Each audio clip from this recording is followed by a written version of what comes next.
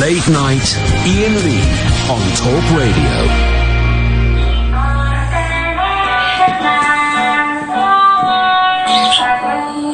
French kisses, come let me give you what you're missing. But you want somebody French kissing, moi. I'ma make you say ooh la la when I give you the French kisses. What we do is none of your friends' business. No, you want somebody French kissing, moi. I'ma make you say ooh la la. Toute mademoiselle, comment tu t'appelles? Je s'appelle Isabella, what's up Robert? Hold up with your friend. Now she looking for a friend, now show you got a man. Now she calling up a man. I should kick it with a gang, little height from my hands. Can't jump into the bench. And don't forget your friend, now I got bad intentions, I can't lie. But I can tell you want it just by looking in your eyes. French kisses, come let me give you what you're missing. But you want somebody French kissing, moi. I'ma make you say ooh la la when I give you the French kisses. What we do is none of your friends' business. No, you want somebody French kissing, moi. I'ma make you say ooh la la when I give you the French kisses. French kisses. Yeah. So sexy, oh mama. But you're trying to girl, sell teaper. She just trying to show me what you do, papa. I'ma make you say ooh la la, ooh la la. Step aside, put your friends on the guest list. Nice for the tongue, pull her hair with me French kiss. Slide up her phone, make her moan that she met it. She but before I was trendy. She classy but she can be kinda freaky. Just want a good girl, she know me for club. Nasty in the taxi, we ain't even made it home. Do I have to say I was just put my tongue in her mouth. French kisses, come let me give you what you're missing. But you want somebody French kissing, oh. I'ma make you say ooh la la when I give you the French kisses. What we do is none of your friends' business. No, you want somebody French kissing, oh. I'ma make you say ooh la la when I give you the French kisses. French kisses. Your lips, your thigh, your hips, don't lie. It's in your eyes. I can tell that you want it cause your lips, your thigh, your hips, don't lie. It's in your eyes. I'ma make you say ooh la la when I give you the French kisses. Come let me give you what you're missing. But you want somebody French kissing, moi. I'ma make you say ooh la la when I give you the French kisses. What we do is none of your friends' business. No, you want somebody French kissing, moi. I'ma make you say ooh la la. There we go, that's Charlie McKnight. I simply typed in French Kisses ZZ cover, and that's the only one that came up. Why are more people not covering French Kisses? I've covered it. I'll bring in my guitar and I will cover it for you. But more people need to cover it. Good evening, dear listener. This is the Late Night Alternative. I am Iain Lee. Who the hell are you? I'm Ozo Setse, oh mama. That's easy for you to say. It's the Late Night Phoning Show. Unlike, there's hand sanitising gel. No one can walk past that without using it. The Late Night Phoning Show, unlike any other Late Night Phoning Show in that we're not really going to... I don't even know what the big stories of the day are, but Kath and I sit here, we chat, and we talk about stuff. You are welcome to join in and talk about that stuff or talk about your own stuff. Basically, you can give us a call about absolutely anything. 0344 499 1000. You'll speak to Amy, she takes your name and number and gives you a call back. One word of caution. Okay. It won't be a monologue on your part. No. Come on and have a conversation with us, but don't get narky if we ask you a question. Yeah. You heard Jeffrey's call from last week. I did. What did you make of that? Well, Jeffrey started out, kindly enough, and it descended into chaos. All I said was, I have never had an interesting conversation with someone who smoked a spliff or had more than 3 pints of lager. That's it. Took it very personally. Very personally. Prove me wrong tonight, dear drunks. Prove me wrong. Has the Phillip Schofield backlash started yet? Has it started? It has. There's some nasty stuff on Twitter. Well, I can see a text of course. here to James's show. I have a feeling that Schofield's wife loves him more. What? I have a feeling that Schofield's wife loves him more has to do with his earnings. And I onto something here.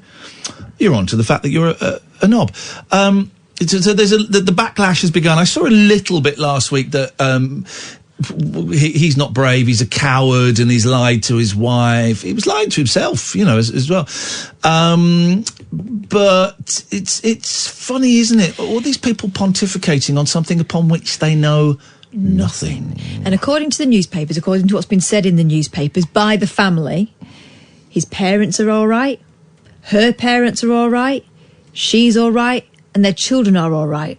And yet, there are lots of people on Twitter who are defending these people who are obviously not telling the truth, because the strangers on Twitter know better. Here's the thing.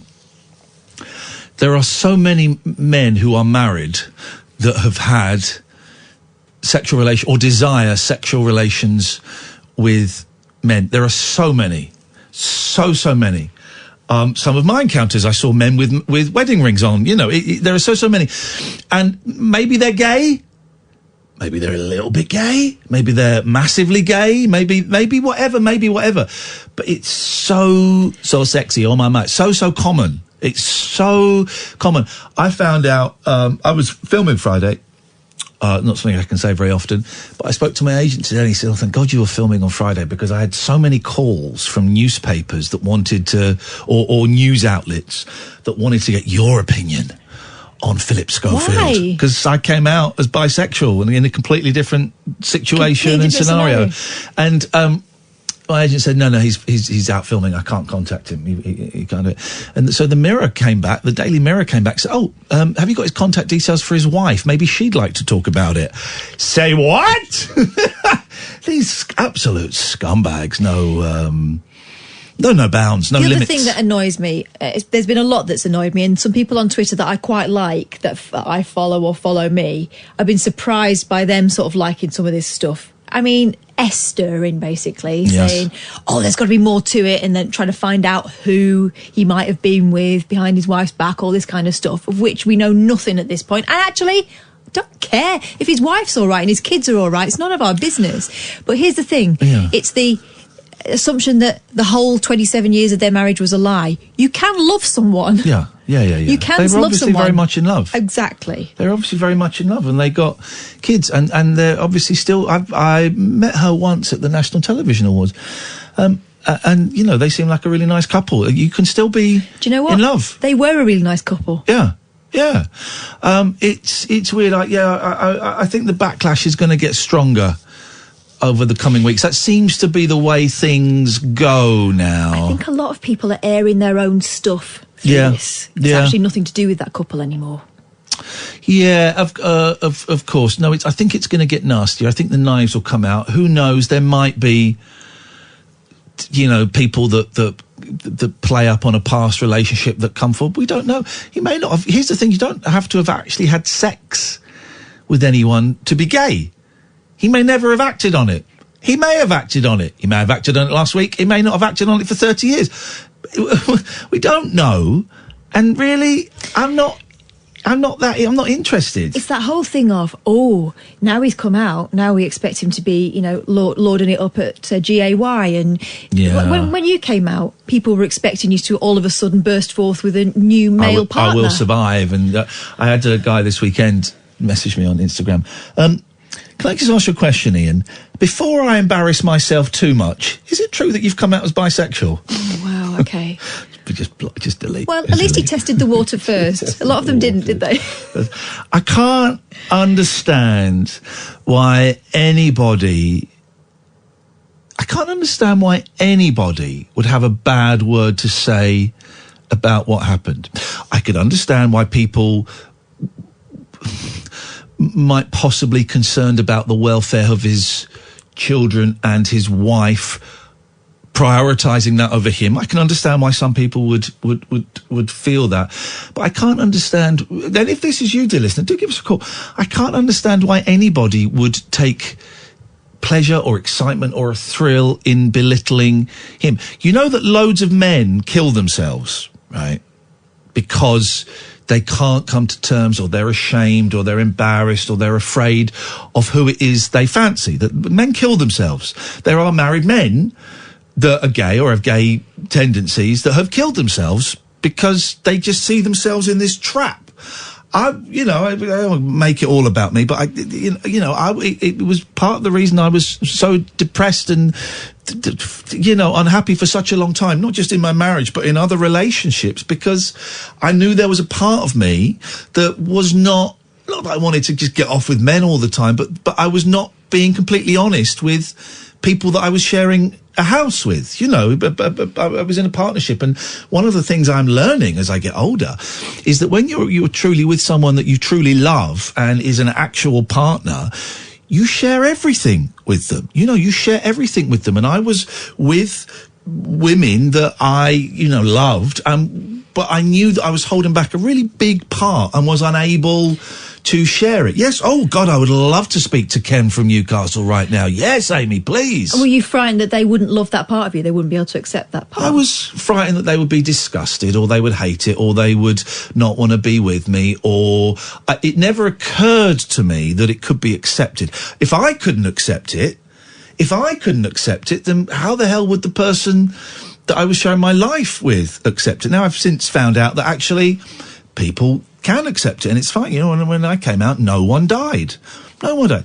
There was a little bit of fallout with a few people, but even that's kind of blown over now. So I don't understand why anybody would have a dig at Phillip Schofield. I can understand, having seen some of the reactions, why men and women, and those in between, are still reticent to come forward. People, when it first broke, we had a lot of people, oh, well, it's got nothing to do with me, why do we care? Tell you why, because a lot of people do care. A lot of people do care. Yeah. We'll approach with caution. Ken from Newcastle has phoned in. We will approach with caution. I'm going to offer a trigger warning to my listeners. Ken is a fundamental Christian, and some of his views, the majority of society, certainly liberals like me, find repugnant. I will not let him get away with anything hateful, okay? And I'm just saying that because I know his calls can upset a lot of people. With that in mind, we go to Ken. Good evening, Ken. Good evening, Ian. Just a quick question. How can anyone glorify the practice of sodomy? Because it's fun. It's filthy. It's fun. It's unclean. Ken, calm down. We'll have a conversation. It's funny, you went straight to the act. You have a douche, you clean, and it's fun, Ken. It's fun. Sex is fun. Sodomy is fun. Sex is fun in a marriage. It's wonderful, given by God, but sodomy is a sin. Okay, Ken. So you're right. So you're. Why have you gone straight to the sex, as Catherine said? Because that's what the problem is. The problem is the sin. No, I tell you what the problem is. It's people like you, not Christians, because I like Christians. I like Muslims. I like Jews. I like those people. So this is not an anti-Christian rant. It's people like you saying that. Here's the thing, right? It's fun. It's a fun thing to do, okay? Some people like doing it. But here's the thing. People who put forward the message that you put forward drive others to be ashamed, to be afraid, to self-harm, to kill themselves. It drives men and women to suicide. It kills people. There is nothing, dear listener, to be ashamed of, and you know this. There is nothing to be ashamed of about your body. Your kinks, sodomy isn't even a kink, but your kinks and your perversions and your habits in the bedroom and your ways of expressing love physically, I should have started it in that order, your ways of expressing love physically with your partner, as long as everything is consensual and both sides or more sides are up for it, it's all beautiful. It's all love. Making love, two men making love, two women making love, a man and a woman, a man and three women and two men making love is a beautiful physical expression of an earthly love, of a spiritual love, and also it's a celebration of God. It's thanking God for giving us bodies, for giving us willies and fannies, for giving us endorphins, for giving us jiggly bits and soft bits and hard bits and open bits and closed bits. It's praising God in a physical way. And if anybody says otherwise, if anybody says it's a sin, if anybody says it goes against God's will, that person is dangerous, and that person is lying, and that person is probably jealous. Probably jealous. The dangerous one. Sorry, Ken, you weren't on the air for the last 5 minutes. What bollocks were you spouting? You are the dangerous... Oh, I'm so sorry, Ken. We seem to have lost you. 0344 499 1000 is the telephone number. This is Talk Radio. Late night, Iain Lee on Talk Radio.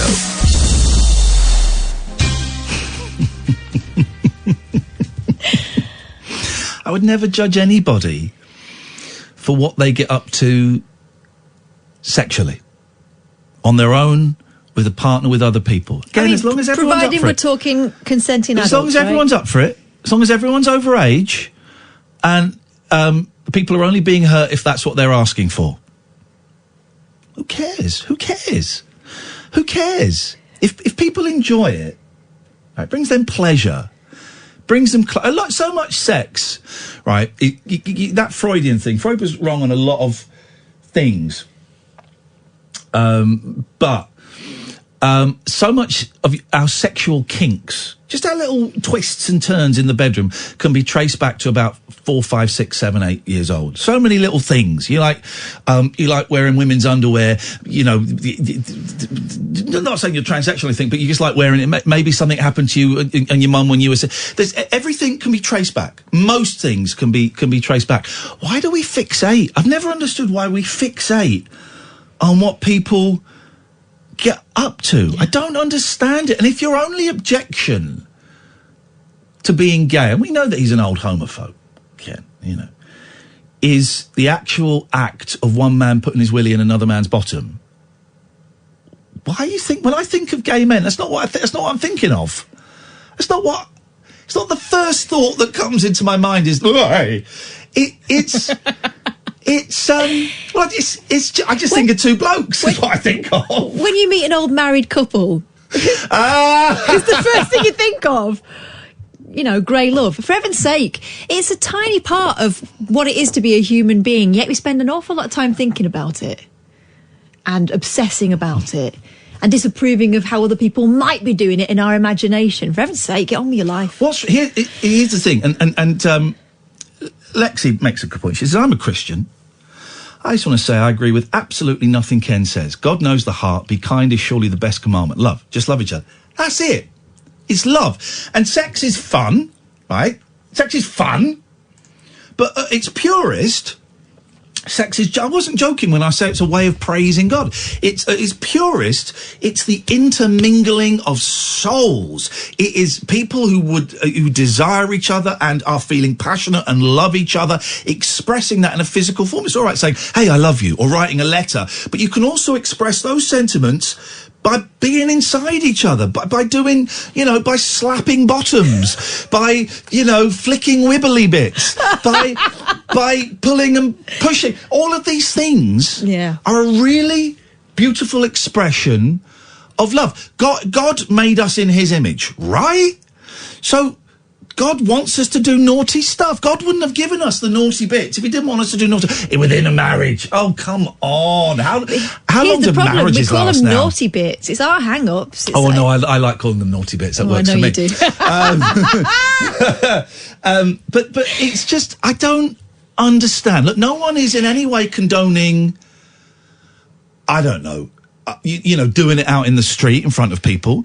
No one's saying you have to watch me do this. No one's suggesting children or animals or against people's will. No one's suggesting that. If you're up for it and they're up for it, and you're both, in a good place, what's wrong with that? It's beautiful. I mean, it's not beautiful. Obviously, if you've ever looked in the mirror when you're at it, it's bloody horrible. And here's the thing as well. It's ridiculous. It's such a ridiculous thing, right? I think home taping has killed live sex. Right, what I'm going to do is I'm going to lay on top of you and I'm going to make these noises and I'm going to say rude words and I'm going to sweat a lot and get out of breath.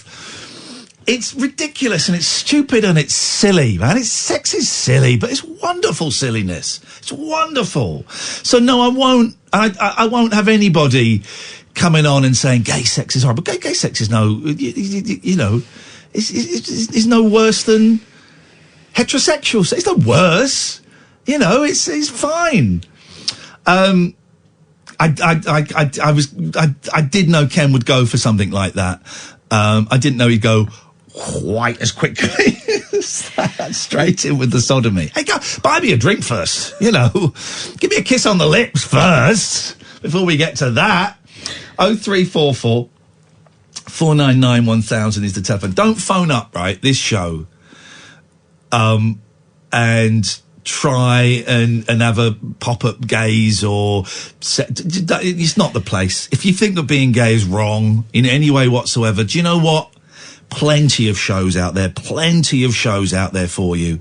Also, Ken is a classic example of a monologuer. Yeah.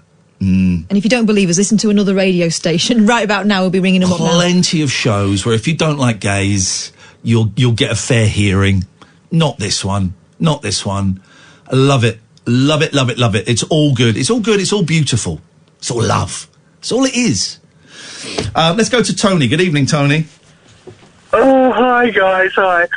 So I was just ringing up. I had a couple of funny things I was going to talk about, but I've totally lost them because this is why I love you guys so much. Your answer to him, when he said that, why would people do that? And you said, because it's fun. That's it. I was obviously crying my eyes out. It's literally laughing. It's nice. Oh, that's why you guys are so cool. And I've totally lost my train of thought, but I love you. It's just the best answer anyone could ever give. Well, why would you go straight to that? I've never even done it, but I bet it's really fun, and that's just a wicked answer. I love you guys. I can't remember the rest of what I was ringing. Well, shall we let you go then, Tony, and thank you for your kind words? I'm going to go and try it. You made it sound so appetising. Play safe, guys, is another thing I would suggest. Play safe, but play. And if you've got a partner, here's the thing as well. I never felt that I could share some of the little weird things that I'm into. Again, shame. But if you've got a partner, it's all right to go, I quite like this. And if they're up for it, they'll go, yeah, all right, I'll give it a go. And if that person isn't up for it, well, okay, maybe you can find a compromise. Maybe you can find something there. There's compromises. Here's the thing. That other person might be into something they fancy trying they've never dared ask about. Yeah. It's a funny old world, isn't it? We get so hung up. I have been all my life, and I still am a bit, but nowhere near as much as I have been for the last. What am I now? How old am I? 46. Dear God, I'm old. Not 46 yet. No, yeah, I'm 46. I'll be 47 this year. Sweet mama, man alive. That's been a long time, and not saying. Let's go to Wayne. Hello, Wayne. Hi, Kath. Hi, Ian. Hey, Wayne. Hello, Wayne. Hey, Wayne. Like the thingy. Yeah. Yes. I might sound a bit different because it's the first time I've been sat up in a week or so. What? Sat up. He's been sat up. Are you on speakerphone? Yeah, sorry. I go. There he is. Close up, Wayne. Oh, hey, Wayne. Yes. Like I say, it might sound a bit different. First time I've been sat up in a week or so. Good for you for being sat up, Wayne. We really appreciate the effort you've put into this call, and it's a great one so far. Yeah. A couple of times I've been on the show. You've asked me if I'm gay, but I've got a confession. Okay. Yeah. I've had a threesome with Barry White. Okay. Sure, that sounded funnier in your head than it did in my ears, but okay. Okay, it probably did. Now, I was on about bringing the music into the bedroom. Right. You got to get the music into the bedroom. Indeed. So it was Barry. Okay. And was that all you called in for? Well, yeah. Thank you very much indeed, I don't Wayne. think you've ever asked Wayne whether he's gay. I don't think I have. Must put it on a list, though. Ask Wayne. We still don't know for sure. But still, that gag was excellent. Thank you. Good. No, it wasn't. It was sexcellent. Thank you very much, Wayne. Let's go to Paul. Good evening, Paul. Good evening, Ian. Good evening, Kath. Hello, Paul. What a love bomb on Friday. Oh, it was good. What was it was, oh my God. No, I've got Kurt Hunter. That was it. I knew it was tricky. Wasn't it lovely? Guy, for those who don't know, Periscope Love Bomb we did on Friday. It was a guy playing in like a bar in Arkansas, and he had 5 people watching on Periscope. No one was listening to him. No one was listening to him, and we went in. At one point, he had over 250 people watching, and he was thrilled. And he was really talented, wasn't he? Oh, he's incredible, man. I've listened, like, again on Saturday night as well. I've watched some of his other videos. He's brilliant. Good. His original stuff's incredible. Oh, he's great. We found this is the joy of it. We found a real talent. We have done the last few times. We've done one. Bride of Christ was another one who was wonderful. So, you know, there are good people out there. Yeah, it was superb. I just want to say thank you for that, man, really, because I found a new artist to listen to. And I mean that. A genuine artist. Like, he's really good. You're welcome, Paul. That'll be £50.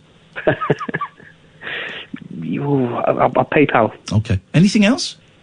That's it, really, man. Thank you very much indeed. These are short calls, but they are great calls, apart from the joke about Barry White. Was it a joke? We haven't got the test back from the laboratory yet. Hello, Declan. Hello. How are we doing here? We're doing great, Declan, but are you on speakerphone? This is what I did explain this to the woman. I said, my missus has borrowed my phone. The only way I can get through it is on a tablet, and would that be a problem? Okay, the woman, is that, I think, what's her name, Catherine? Amy. Is it? Are you Amy? I didn't know that. Did you say this was okay, Amy? Have you sanctioned this? I said you could explain it to you. Okay, thank you. In that case, Declan, if this is the only way we can speak, God damn it, I need to hear your wisdom. She's taken away all other means of communication. We can only... Come on, Big D, what have you got? Live, love and laugh. And that's the main thing. I want to have that written on my wall in my kitchen. Peace, love and unity, that kind of thing. Don't want that. I want live, love and laugh, and the rules of this house are be kind, smile, eat chocolate. And also, I've recently joined that Periscope. I've been hearing you on about it so much, but I've only got 1 follower. Okay, well, have you found any other people yet? Any good, interesting people? Only my missus kind of thing. So. Well, what's your missus doing on there, Deck? Oh, I don't know. That's what I mean. So we was experimenting on there last night. What happened there? I just knocked part of the kitchen unit over. That's okay. That's why she doesn't leave him the phone. Live, love and laugh. Okay. All right. Anything else, Declan? No, that was everything. All right, nice to talk to you. Thanks very much. Has anybody got anything to say? Ain't the moon big? It is, though. 0344 499 1000. This, dear listener, is Talk Radio. Late night, Iain Lee on Talk Radio. 0344 499 1000. Let's try Alistair. Good evening, Alistair. Good evening, Ian. Evening, Kath. Hey, Good evening. Right, I'm sending my love to both of you over this phone line. Thank you. I'm feeling the vibe. I'm feeling you caress my ear. Beautiful.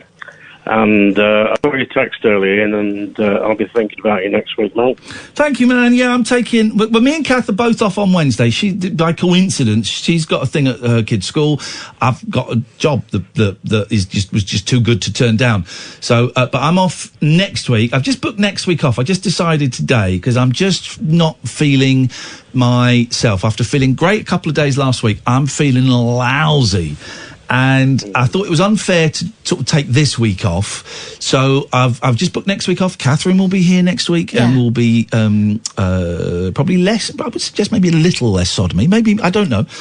I'm looking at my notes. And I'm just going to have a relax. I'll do some streaming next week. I don't know, Alice. Just something's hit me, and not feeling good. So I'm looking after myself. Is it the same sort of thing that happens?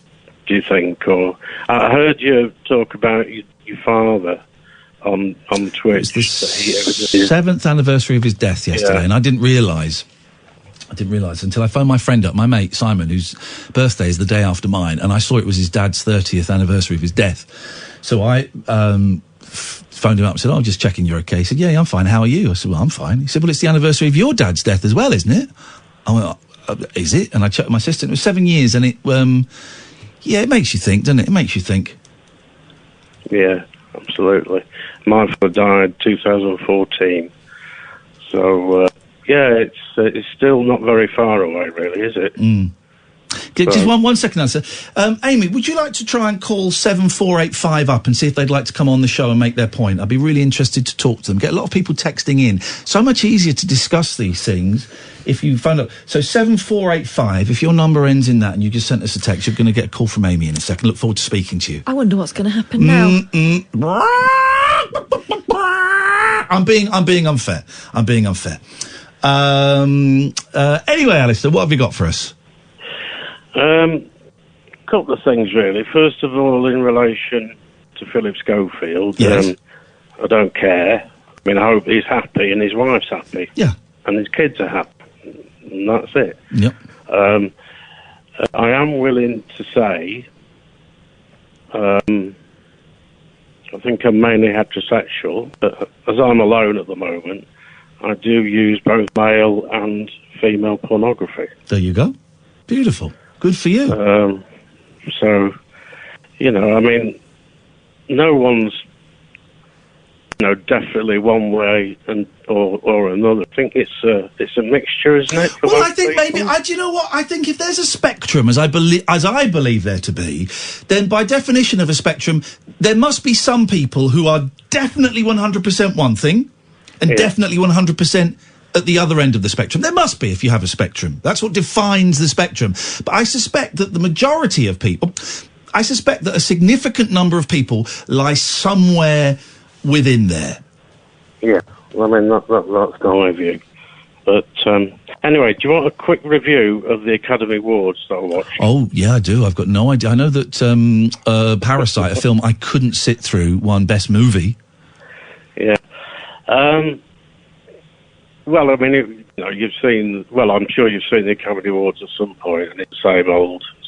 Yeah. But it was quite funny, I found. It was very amusing on point. First of all, the music in the show was actually quite good. Yeah. And they had a thing where they did the importance of original song in the, you know, as an award. So there was clips of all sorts of films over the years, mixed with the song that went with them. Oh, and, yeah. you know, it was very entertaining. And then that all finished. And then to everybody's surprise, no one was expecting this. Eminem turned up on stage with a full band doing Lose Yourself. What? Yeah. It's absolutely amazing. And, you know, when people are sat down, they can't move. No. They're all moving their heads, like sort of micro headbanging. But they really enjoyed it. But it was really kind of, it was the best part of the show. And to me, amusing, because obviously it was a bit out of context as far as the audience were concerned. Martin Scorsese, I don't think, was very impressed. Well, I mean, that guy's forgotten how to make a movie. He's forgotten how to make a movie. Alistair, thank you for your Oscars update. I appreciate it. 7485 isn't answering the phone. Oh, must be on silent. I'll read out what they said. If Kath and yourself believe... Now, you've got to listen very carefully. If Kath and yourself believe that you can love your partner whilst having same sex with someone else and for them to be okay with that... Remember that bit? Your idea of love is wrong and perverted. I won't be listening to your crap anymore, says 7485. It's a new texter. If Kath and yourself believe that you can love your partner whilst having same sex with someone else and for them to be okay with that. Well, hang on, whoa. So you're saying you can love your partner and have a same-sex relationship and your partner be okay with that? I'm sure there are relationships. I'm not in any way suggesting that's what's happened to Phillip Schofield, but I'm sure that, in fact, I know there are relationships where that is okay, where a man is married to a woman and the woman is happy for them to have sex with men. I know that exists. Or where the husband is happy for the woman to have sex with another woman. But here's the thing. What's it got to do with you? Also, why does that shake your belief in real love? If you know what real love is, very happy for you. But other people's definitions doesn't necessarily have to fit yours and vice versa. If Kath and yourself believe that you can love your partner whilst having same sex with someone else and for them to be okay with that, your idea of love is wrong. Well, first of all, we didn't actually say that. No. You've brought up this very strange scenario. So thank you, 7485. What an imagination. A glimpse into your psyche. No one is suggesting... If you're referring to Phillip Schofield, no one is suggesting that he's had... We don't know if he's had sex with men or women. All we're saying is just because he's come out doesn't mean he never loved his wife. We don't know. Okay, but no, we're not saying that a healthy, the perfect relationship is a man and a woman, and one of them is having sex with someone of the same sex, and the other partner is okay. We're not saying that at all. How dare you question my idea of love? My idea is, I don't even need to explain it to you. 7485. You didn't have the balls to pick up the phone, and that's a real shame. 0344 499 1000 is the telephone number. This is Talk Radio.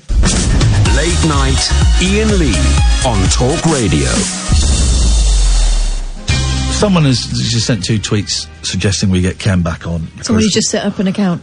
Well, no, it was set up 4 years ago, but saying that I haven't got the balls to get them on and my listeners will drop because of Ken. Then you just made a really good point. Yeah. Go on. Why are people so rattled? Yeah. Feels like we're kind of shaking your world by just our opinion, which may not be yours. Fine. Why are you that bothered? It's really strange. People in 2020 are so upset by a man saying he is sexually attracted to other men. And I don't understand why. I honestly, I don't understand why. I would love it. I mean, here we go. Who's this guy? Here's the thing. The fact they don't ring up and they send their little messages, they hit and run, right? The fact they do that suggests that they know it doesn't bear scrutiny. I think I've blocked this person. Hang on. If I have, then we won't. Yeah, blocked. Okay. Just because it's not what you fancy. Here we go. Why do you want to stop someone else? This is a guy I blocked. Oh, right, okay. How do you know what God thinks about anal relations between males? It's a sin according to the Bible. Well, it isn't. Nowhere does it mention bum sex in the Bibles. Nowhere does it mention it. Doesn't mention it. You're deliberately deceiving your listeners. I'm going to read a sentence. Guess which word is spelt wrong. You're deliberately deceiving your listeners. They just can't. Did they manage deceiving? They got deceiving and deliberately and no, but they cannot get. I know why. Your spell check. Spell check. Thank you, James. I remember why I blocked you because you're a knob. But ring up if you like. Yeah, I mean it's a phony show. I'd be really interested in talking this through. Hey, Fraser. Hi. Good evening, guys. Good evening, Fraser. Welcome to my world. Well, thank you. First up, could you unblock me since you're on the subject? No, not going to unblock you. How no?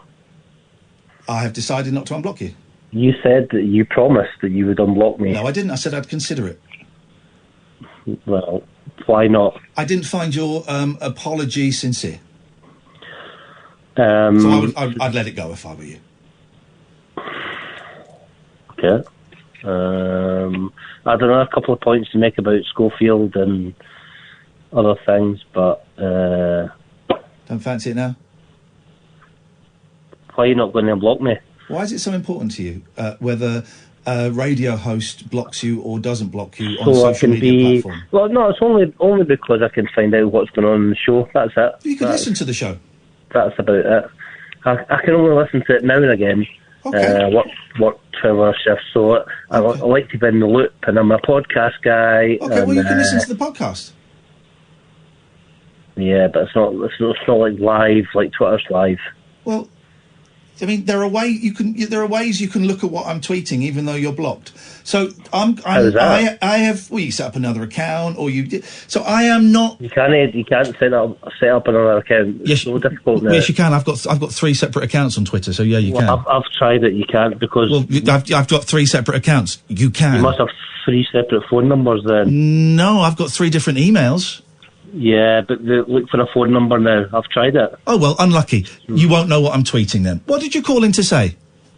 I just wanted to talk about Schofield and why people are giving him some flack. Away you go.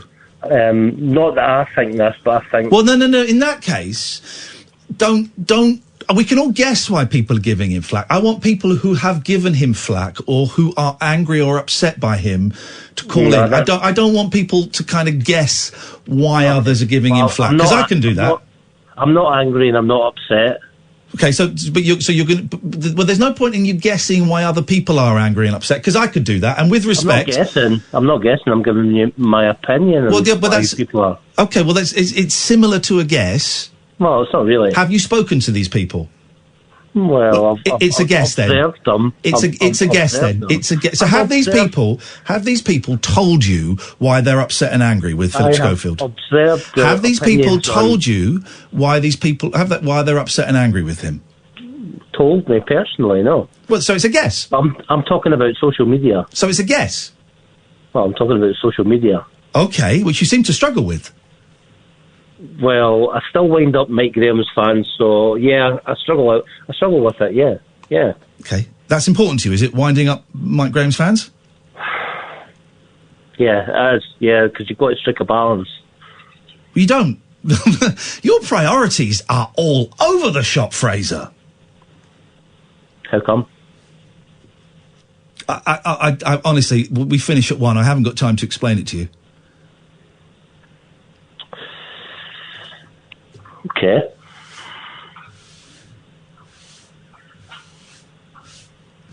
So do you want me to continue? I don't want your guesses as to why people who have a problem with Phillip Schofield have a problem with him, because I could guess, and with respect, I could probably guess a whole lot better.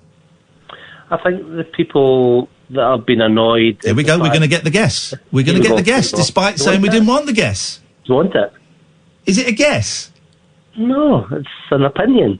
But what is this opinion based on? Based on the things that I've read on social media. Why don't you tell me what you've read on social media? Okay, the fact that he presented himself as a hero. No, I don't want to speak to you about it. I want to speak to someone who is angry or upset. I don't want to speak to someone... Or upset, well, then I don't want to speak to you about it. Why not? Because... It's a phone-in show. Yeah, exactly. But me and Catherine set the parameters, and the parameter of this is... I would like to... Parameter. The whole basis of your show was that there was no parameters. Oh, no, that's nonsense. No, there are parameters. They're just invisible. No. No, don't tell me what my show is, because I've been doing it. I've been doing it for quite a long time. I know what my show is. Fraser, with respect, Fraser, I know what my show is a little bit better than you. And maybe you're starting to understand why you're going to remain blocked. The parameter for this is, and it's a very specific parameter, I would like to talk to people who are angry and upset with Phillip Schofield to find out why. That's it. I don't want to talk to you about your opinions or your thoughts or your. I'm not interested in that phrase. It's irrelevant.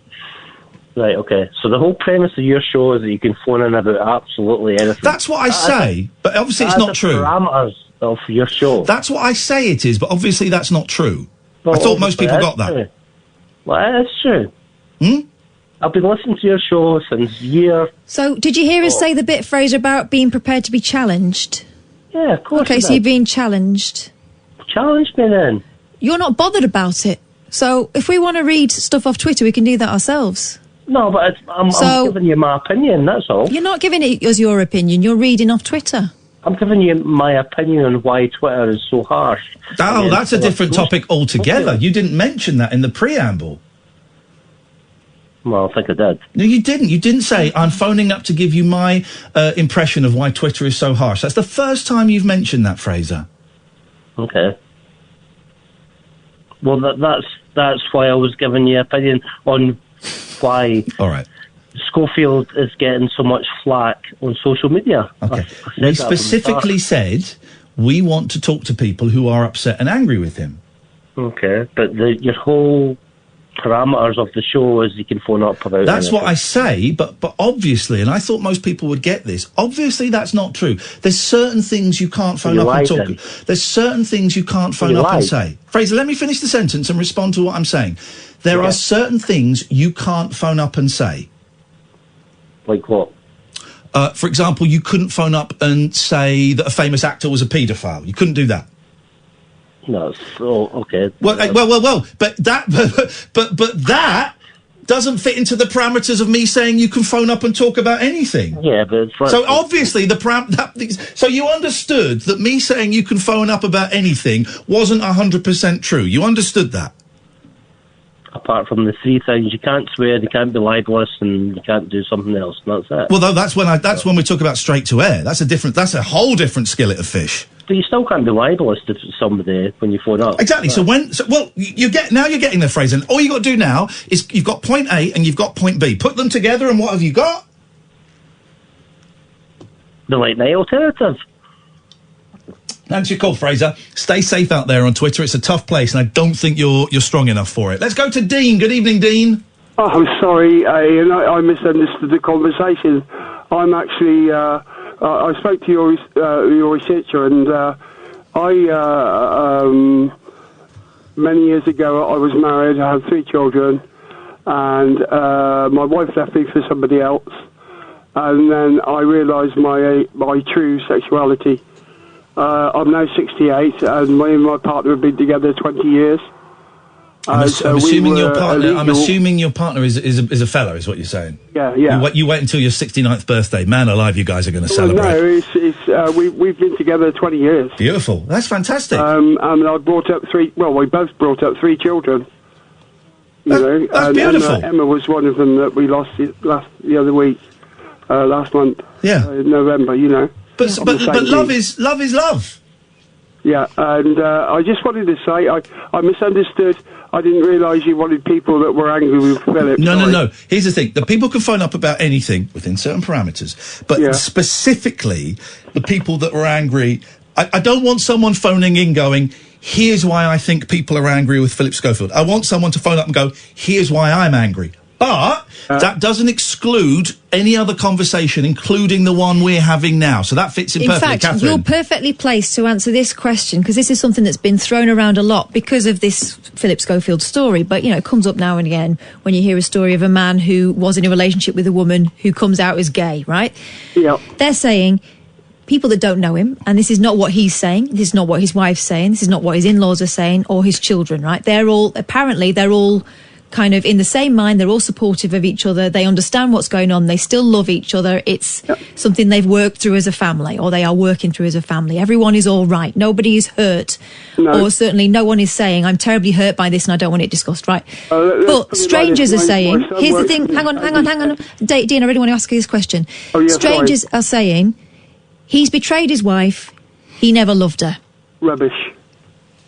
Absolute rubbish. He can still love her. I still love my wife. Even though she left me, I still love her and I still talk to her, and she's a good friend. Because, she's the mother of the children. Although I brought them up. So there's still a lot of love there. So it's absolute rubbish what people are saying. Because they love to still be there. All my 3 children grew up. I've got 6 lovely grandchildren. And sadly, I lost my Emma in November, as you know. Mm-hmm. And but she left 2 lovely children, and we're everybody's happy, And I say Lewis, their father, has no problem with us, nor does his mother and father, and they're quite churchgoers, And they're all we're all very close, really. Dean, thank you very much. Every phone call from you is a revelation. Everyone is a revelation, Dean. Thank you very much for your call. I appreciate that. I want to move on because I just want to squeeze in Keith before the news. Good evening, Keith. How do, Ian? Yes, I do very well, Keith. Thanking you so much for asking. I want to tell you why I'm fuming with Phillip Schofield. Okay, where we go. I am an alpha gay, right? I am a manly gay, and I just don't like the thought how he's stayed in the closet for so many long, and now he can come out and join the community, you know what I mean? And act like he's nothing, like he's been here forever, when he didn't even have the Jesus there tell us, oh, he's one of us, and now he wants to be one of us. Are you upset that he didn't speak to the gay men before he told his wife and the public? The gatekeepers. The gatekeepers. I'm more worried about, in this, his wife and his poor children, 2 children, whatever. I'm more worried about them. They're all right, Keith. Okay. Here's the thing, Keith, and you're not coming back on the air. You normally phone in as Alan. Remember the last time we had 2 Alans? One was Alan Caddick. Oh, yeah. That guy was funny. Well, it's the same guy. Right. It's the same guy. who was really, really funny in that call where it was Alan and Alan. Really funny. And now, and that was quite funny there. That was quite funny. I mean, yeah, my eyebrow was raised at Alpha Gay. Well, we knew straight away that it was the prank, because it said, because I can see your call-in history, so I know that you're Alan, in inverted commas. And it was quite funny. But then to phone up and make really unpleasant sexual slurs about Phillip Schofield's wife and his children, it's taken it too far. It didn't go out on the radio, it was dumped. So, I don't normally do this, and I could get in trouble for doing this. But I'm prepared to give you another chance, because it didn't go out what you said. I'm prepared to give you another chance, because I thought that your call with Alan the other day was funny. And that maybe you just misjudged the tone of the show here. So I'm going to put your fader up, bearing in mind we've got 14-second delay, so anything you say, I can dump it. I'm going to put your fader up, and we're just going to see if you're going to apologise or if you're going to do it again. If you do it again, you're banned forever. It's as simple as that. What do you reckon? Yeah. So you. I will not do it again. Do you say sorry? I apologise. Say sorry to me. I apologise, Ian. Say sorry to Catherine. I apologise, Catherine. Could you say apologise? Apologise. Yeah. No, could you say it, not your keeper? I'm sorry. Could you say sorry to the Schofields? I apologise to the Schofields. And could the keepers say sorry, please? Can you all say sorry, please? We all apologise. And could you say sorry to gays, the gay community? And the alphas in particular. I am gay. Well, you've let them down. Apologise. I am sorry for my own community and my fellow boyfriends in this room. I ban you from kissing any men for a month. Oh, God, I can't do that. Thank you very much indeed. We'll should have speak thought again. about that, shouldn't you? This is Talk Radio. Late Night, Iain Lee on Talk Radio.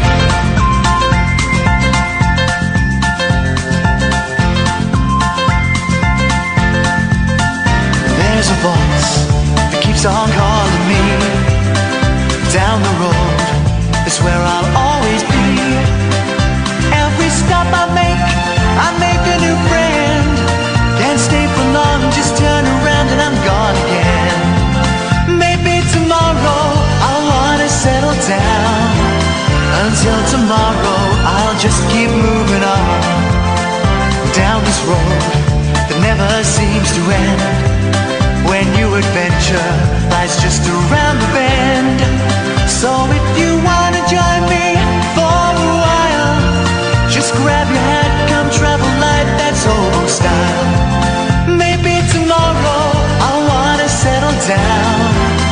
Until tomorrow, the whole world is my home. So if you wanna join me for a while, just grab your hat, come travel light, that's old style. Maybe tomorrow I'll wanna settle down. Until tomorrow, I'll just keep moving on.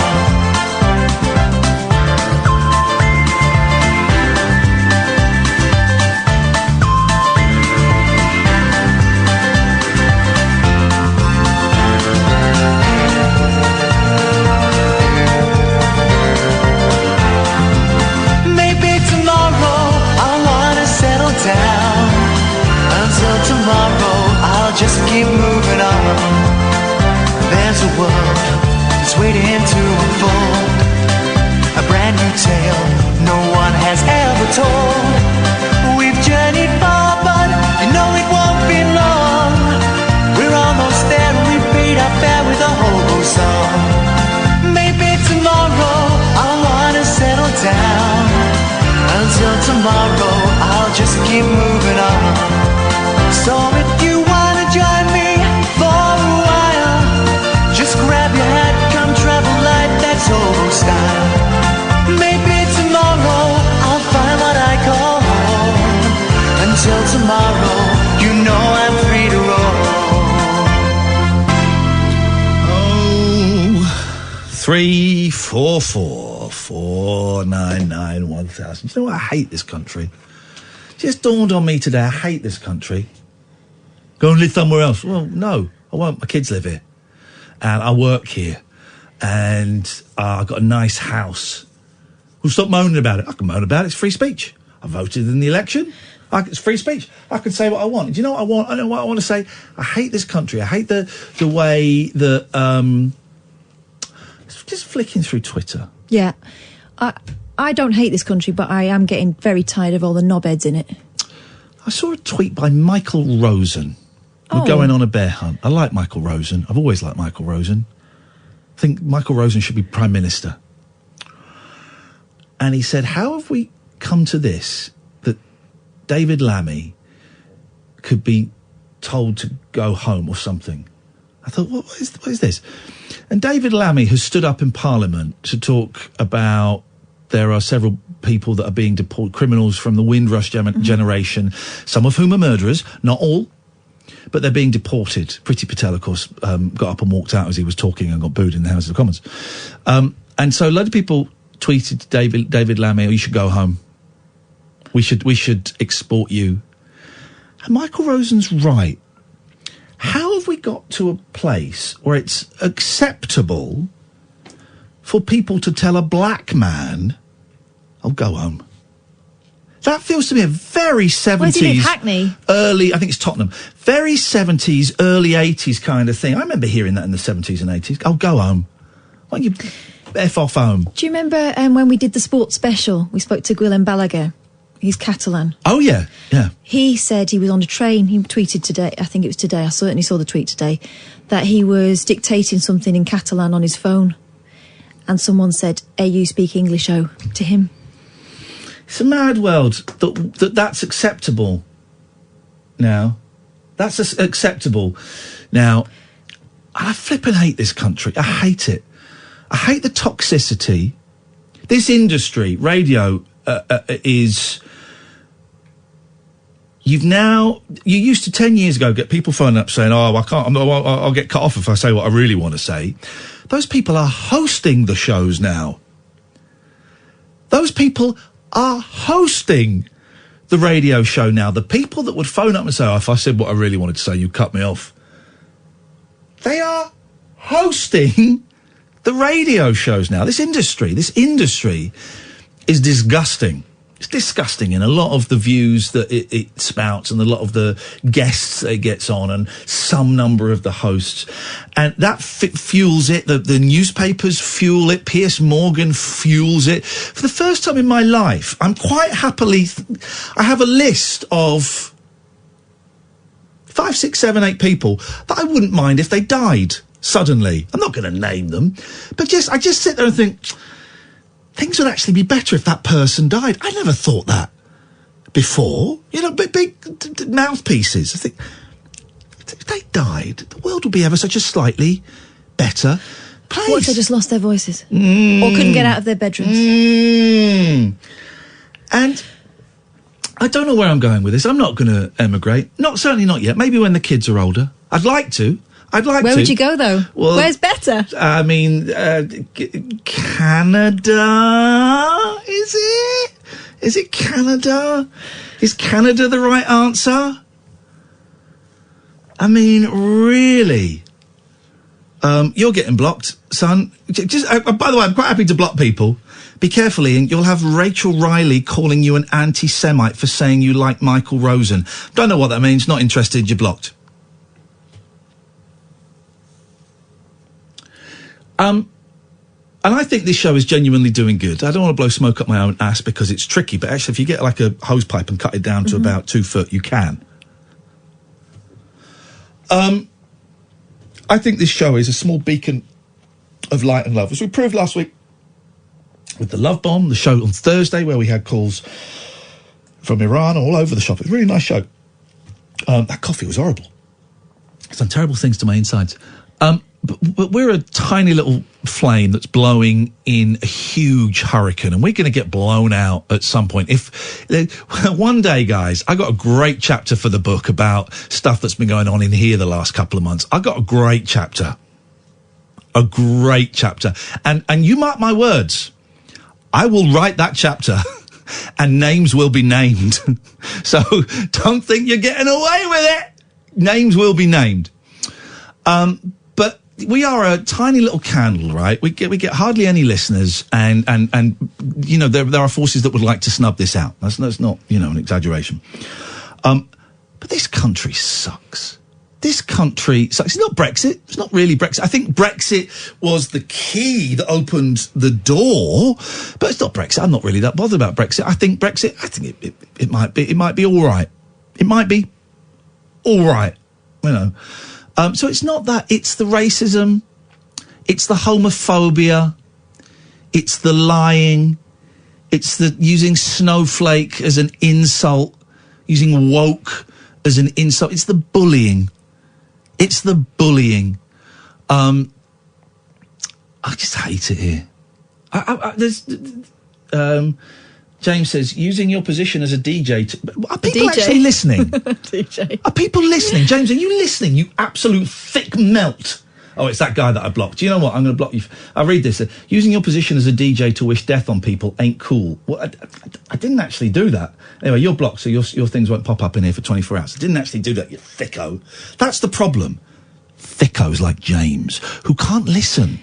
Who can't listen. No, but they're always ready to argue. Yes. And they'll argue an argument that they've started in their head probably 3 weeks ago. It's like that guy that I blocked on Twitter and called up. He wasn't listening to what I was asking. And then he went into argument mode. But then dictating to us what our show should be. Mate, when it... you know what? Let's try it. Let's try it. Let's try it. We'll do another trigger warning in a second. God, what am I doing? What am I doing? Dictate. Listen, when it's your show, you set the rules. And I would not phone you up and tell you what the rules are. It's even as much as when I'm off next week and Kath's hosting the show, I wouldn't dare say, Kath, I just think you should maybe do a bit of this, less of this, and if you could do some of that. What? It's nothing to do with me. It's nothing to do with me. And for this guy to phone up and say that is absolutely redonkulous. I mean, obviously, I will give you a list of do's and don'ts. That goes without saying. Yeah. But I oh, man. All right. I'm going to give a trigger warning for a call. Oh, God, what? Or maybe we don't. Let me have a look. It's Jonathan. Oh, no. No. Okay, we're not. Not hoping hell. No, thank you, Catherine. You're absolutely right. Thank you, Amy. Sorry. You're absolutely right. Thank you. You're absolutely right. Thank you. That's what I needed. That, my friends, is called production. That's it. I'm too curious. I'm too curious and too forgiving. No. You're absolutely right. Thank you. Thank you. Thank you. Absolutely right. Thank you. I like working with you. You're brilliant. You're brilliant to work with. I don't know if I've ever said this to you, but you're brilliant to work with, Amy. I find you so... She is, though. She is great. But you're brilliant. You're brilliant. And people think of you as the sidekick. Au contraire. Co-host. I'm a co-host. She's a co-host. It's not like I'm a host. She's a co-host. We're co-hosts. And she's the producer. Imagine. And we're going to come to you in a second. 03. Oh, thank you. You made totally the right decision. And I feel like, what is it? I'm trying to think of like a film where someone's like attracted to something evil and dark and it's hypnotic and their friend comes in. Oh, you like Gollum? Yes, I've not seen it, but I'll go with it. It's like The Ring, right? So The Ring is being presented to me, and I'm about to take it, and Even I'm about to take it, and you've come in and you've kicked it away, and gone, no, you're not. Come on, let's get out of here. And I'm like, oh, of course, thank you. That was the right decision. Thank you. 0344. We'll speak to Anne next. 499 1000. This is the Late Night Alternative. Weeknights from 10 on Talk Radio. Late Night Iain Lee on Talk Radio. Let's go to Anne. Good evening, Anne. Good evening. What can we do for you tonight, Anne? I can't even believe what I've just heard on your recordings that have given me on my phone with the absolute mentality of, I'm sure you must know the recordings that are given. No, I've absolutely no idea what the recordings are.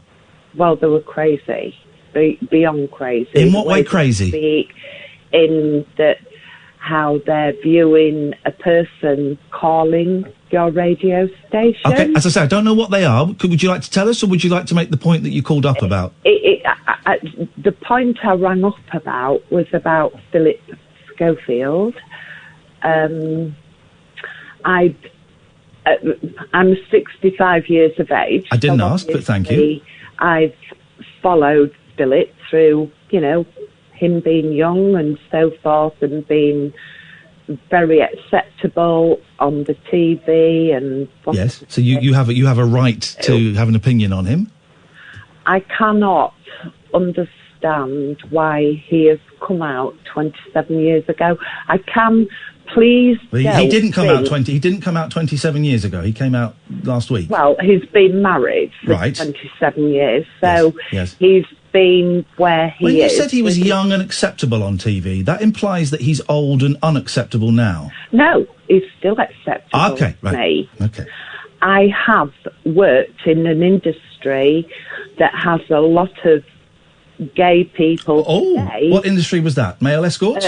In the hospitality. Ah, a lot of gays So there, yes. if you go and work in hotels, on cruise full of gays and things,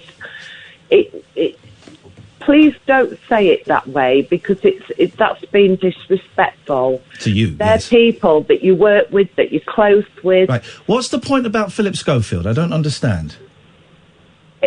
This morning, I saw Piers Morgan on TV with Joan Collins in America, and a conversation went off and so forth.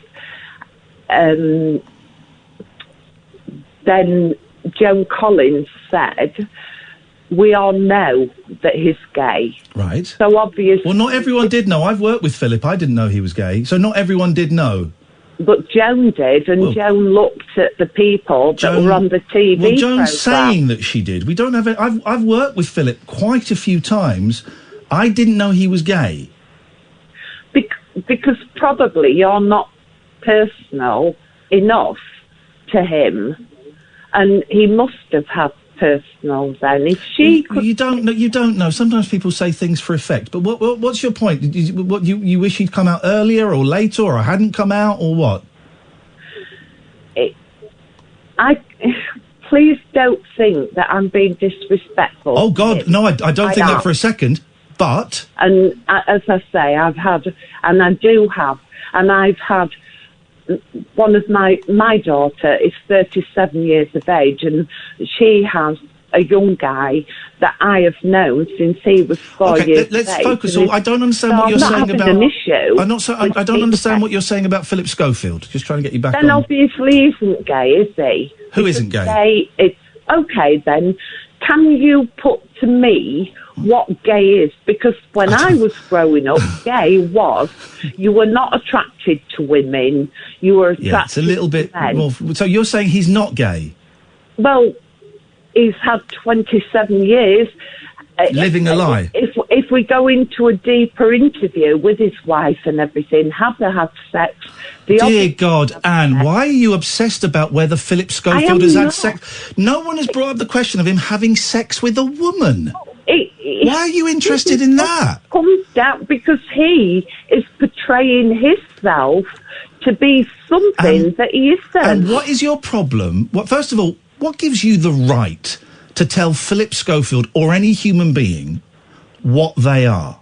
What gives you the right? It doesn't. Well, then stop My talking. right Stop. No, you don't have, Anne. You don't have a right in this. You have zero right in this whatsoever to say whether Phillip is gay or straight or bi or pan or anything. You know, some gay men. You know, some. Let's do it. You know, he's the celebrity. It's got nothing to do with you. You know, some gay men are able to have sex with women. That happens. That happens. If you want to get down to the basics, that can happen. There are gay men that have fathered children with women. That happens. Does that answer your question, Anne? I have actually been out with a gay man. I couldn't give a toss. Do you? No, you couldn't, but don't be disrespectful. Well, you're being disrespectful. I won't be disrespectful because you're talking absolute cobblers. No, I'm not. Yes, you are. Your take on it. That is your... Yeah, my take is you're talking And cobblers. I'm I came out as... my take. Great. And I came out as bisexual last year. What are your thoughts on that? Anything? Then... how far are we going to take this? Then okay, I will be respectful to you that you are bisexual, that you will go with one or the other. Do you know how far this will go? Because this has actually came up last year, yes, it was last year. Are you upset that he didn't say he was bisexual? Is that what you're upset about? No. So you'd rather he carried on lying about his sexuality? Or you don't believe that he's fancies men? How far are we going to push these... you know what? This came out the gay agenda. How far are we going to push the gay agenda? Is that what you're talking about? In the 80s, we had Queen. Anne, you're rambling. Anne, listen to me. Anne, when I'm talking, they can't hear you. You're rambling. I get the feeling you're just shy. Just say it, right?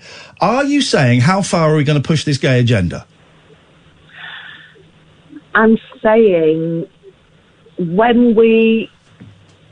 Because I can tell you what the answer to that question is. No, when we go further, listen, please. You're talking rubbish, and you're sounding like a bigot, so I'm really hoping you're going to say something that convinces me... Well, this is Anne.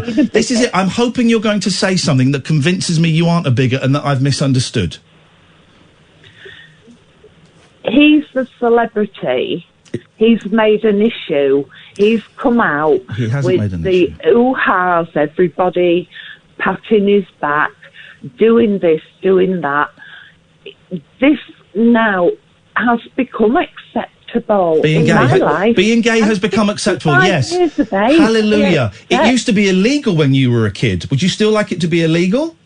It wasn't illegal when I was a kid. It was before I was a kid. It was illegal in the 60s. I was born in 54. Yeah, I was born in 54. It wasn't legalised till 68, I think, off the top of my head. So it was. But it was acceptable. Okay. It wasn't illegal. So what, they Anne? didn't put people in prison. It becoming illegal. Okay, you tell Philip during that. So what is it? I don't understand what your worry is. That men on TV are talking about being gay. Because you know what I think? I think he's trying to draw attention. Oh, get lost. To himself. Get lost. No. Rubbish. Offensive rubbish. Was I trying to draw attention to myself when after years of torment and self-loathing, I came out and said I was bisexual? No. What's the difference? What's the difference? I didn't know. No. So the difference is, Anne, that you didn't know me. Yeah, I'm a celebrity, right? Tiny. I'm a G-list celebrity, right? I've been on I'm a Celebrity. I host a radio show, right? So it could be argued I was doing it for publicity. I don't want to fall out with you. Oh, it's too late, Anne. You have, because you are the bigot that I thought you were. I am not. Well, you are. You've said something bigoted. I have friends and I've worked and I still have friends and I couldn't care less. It's like saying I'm not a racist. Then you're speaking but I know black people. Because you're a bigot. I do speak disrespect. I am not a bigot. Well, you said something bigoted. You've said Phillip Schofield is pretending to be gay to get attention. No, I'm not saying he's pretending. I think he is. Had he had, you know, the people before him that have come out and been ridiculed, he's actually insulting those people. Anne, I'm going to say goodbye because you're talking what I like to call bollocks. Thanks very much for your call, Anne. Bye-bye. 0344 499 1000 is the telephone number. Do you know what I heard there? A woman who is personally disappointed. For the first time in about 3 or 4 years, I'm angry with a call. I'm angry. Yeah. I'm angry. He's not who she thought he was. She thought she knew him. I don't really know what the point was. No. I don't know what she was saying.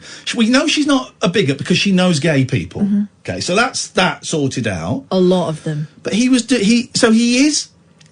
gay because he's had children. But if we carry on like this, who's carrying on like what? She was so close to say pushing the gay agenda. And I'll tell you why we have to push the gay agenda. I'll tell you why. Gay agenda in inverted commas. I said it last week. While women are getting beaten up on the bus for not kissing each other, while gay men are getting murdered. There was a story we heard the other day when you were at my house and you came out in tears because you'd heard a story on the news about a gay guy was stabbed by 2 kids. Don't even know whether he was gay or not. But 2 kids. People are being murdered because of who they sleep with. So until people are not beaten up and murdered for who they sleep with, I think it's great for people to come out and say that they're gay. Also, who could listen to that and go, yeah, I can't work out why he didn't come out sooner. I don't know what her point was. Personally disappointed. She didn't know you. Didn't matter because she didn't know you. She didn't know me, but she knows Philip. When he was young and acceptable, I don't think he's gay. How dare you? How dare you? The only person who can say what their sexuality is that person. It's the only person that can do it. How dare you? The arrogance. And that's why I don't like this country. Calls like that. There's too many. This is Talk Radio. Late night, Iain Lee on Talk Radio. Roger is, of course, right on Twitter. Schofield must prove he's gay live on television. That's it. We need to see it. I need to see it with my own eyes. I'm fine. Before I believe it.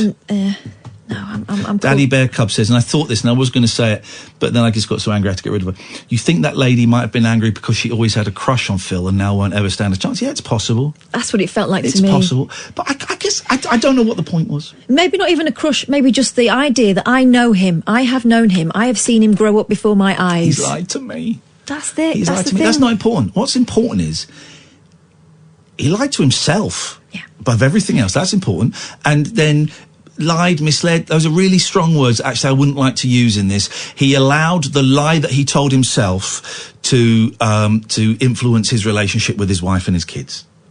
And listening to some of the attitudes that are still prevalent now, remembering what they were like 20, 30 years ago. Are you surprised? When he was in the broom cupboard. Was it the broom cupboard? When he was in the broom cupboard, he would have been sacked.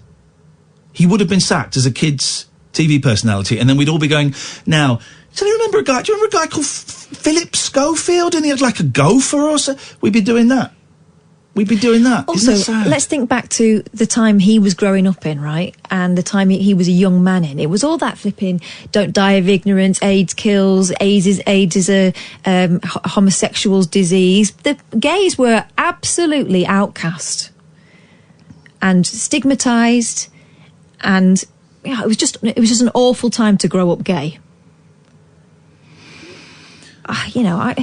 That story the other day about it was a young man and woman who got drunk and started on a man who was walking with another man. They didn't know whether he was gay or not, but they decided to use the F word to him and start a fight with him, and he ended up being killed.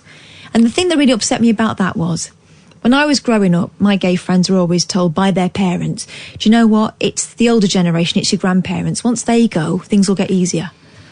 Oh, now the kids are starting. It's coming back.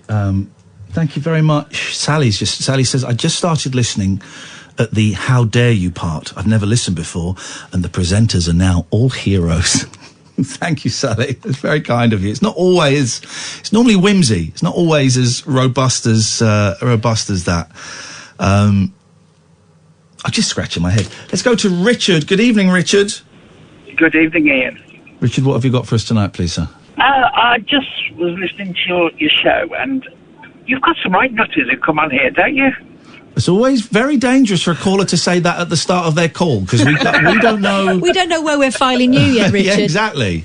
Well, no, I'm not a nutter. I happen to be a gay man, like Mr. Schofield. Oh, God, what? You've disappointed me, Richard! Where will it end? God, why do you promote sodomy so much? Because in your word, it's fun. You know. By the way, I'm so proud of myself for that answer to Ken earlier on. Why do you promote sodomy? Yeah, because it's fun. If you want to give Ken my number, he can ring me and I'll tell him why it's fun. Okay. You don't want that. Go on, Richard. Everyone leads their life however they want to lead it. And I've got no problem with Phillip Schofield. Don't know him. Never really given him much thought over the years. But I'm just asking myself a question. Why now? Why is it now he suddenly decided to come out? Does it matter? Well, there's usually a reason why people come out. No.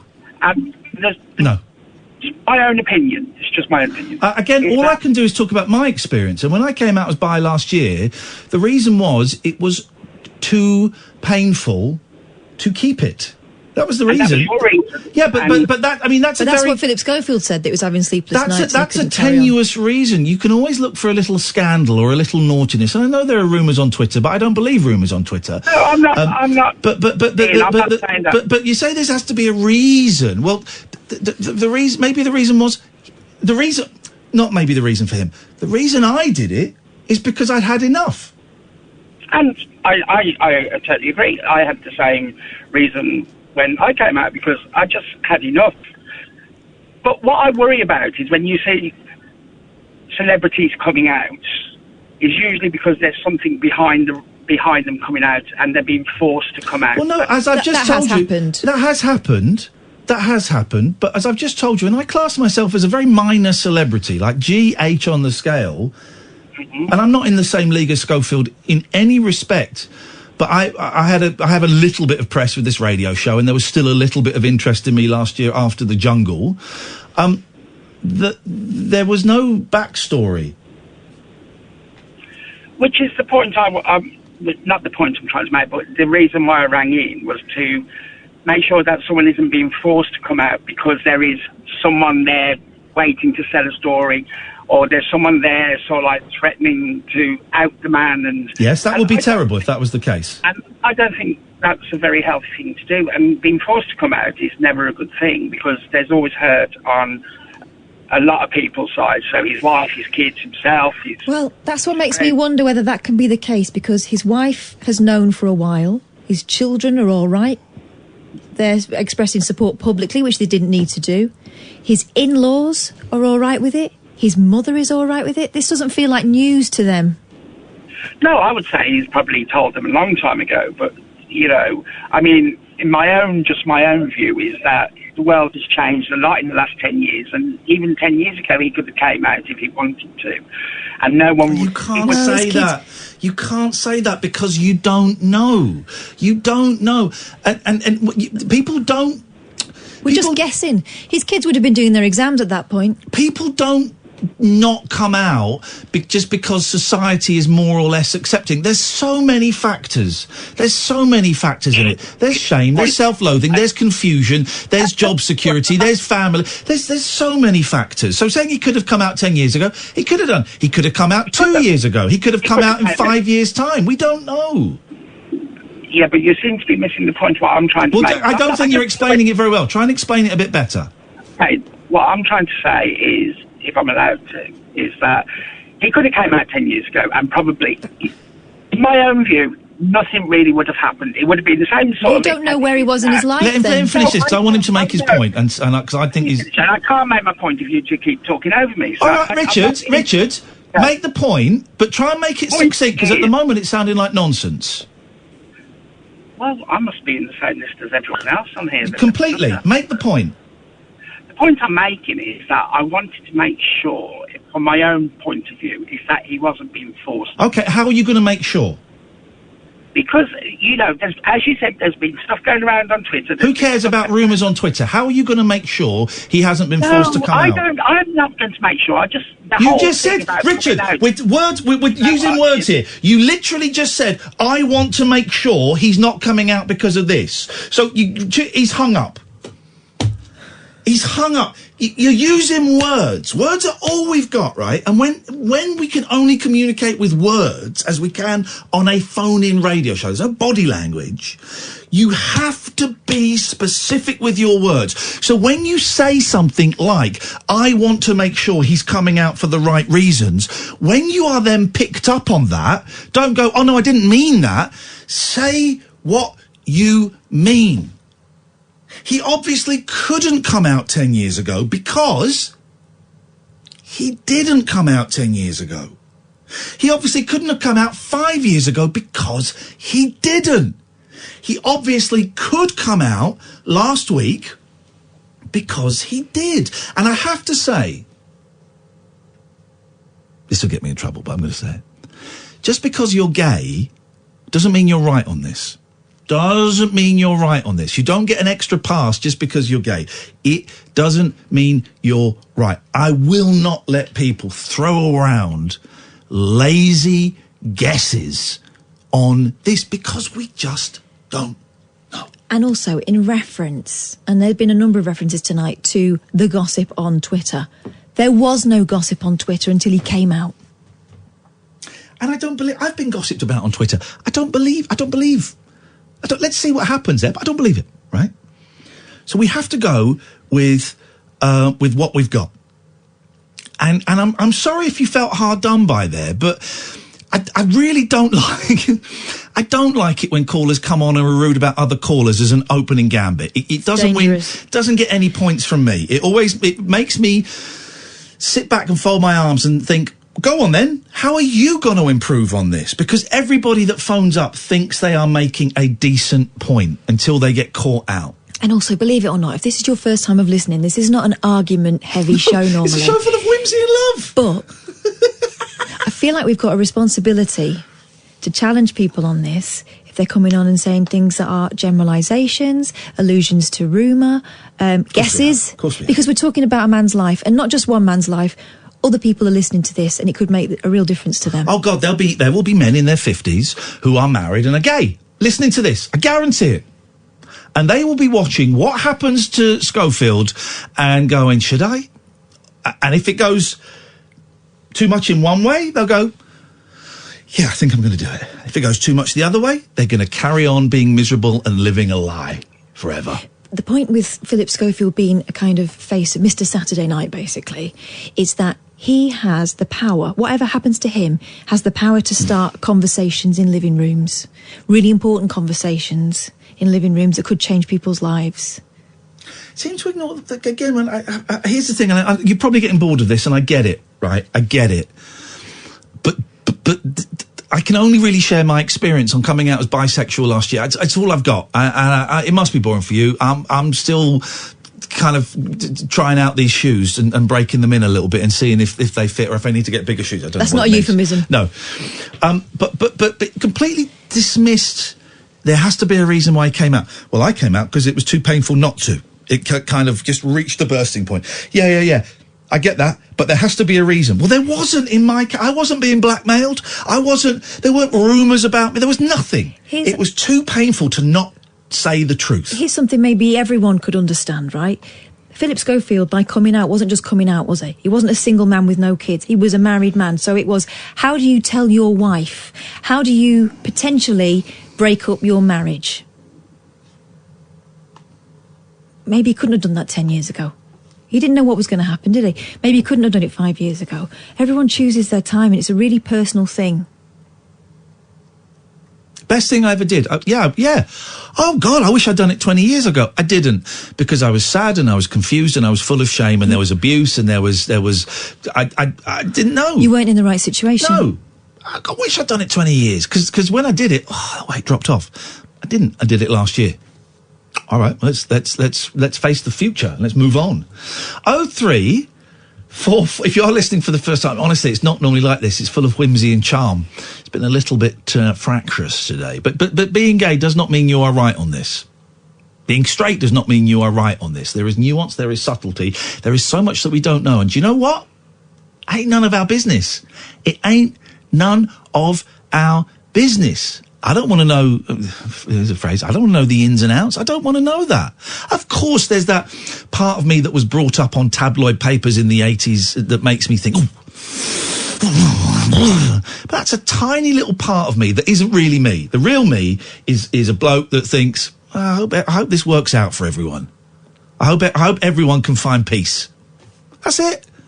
And that means that the details are none of my business. 0344 499 1000. This is Talk Radio.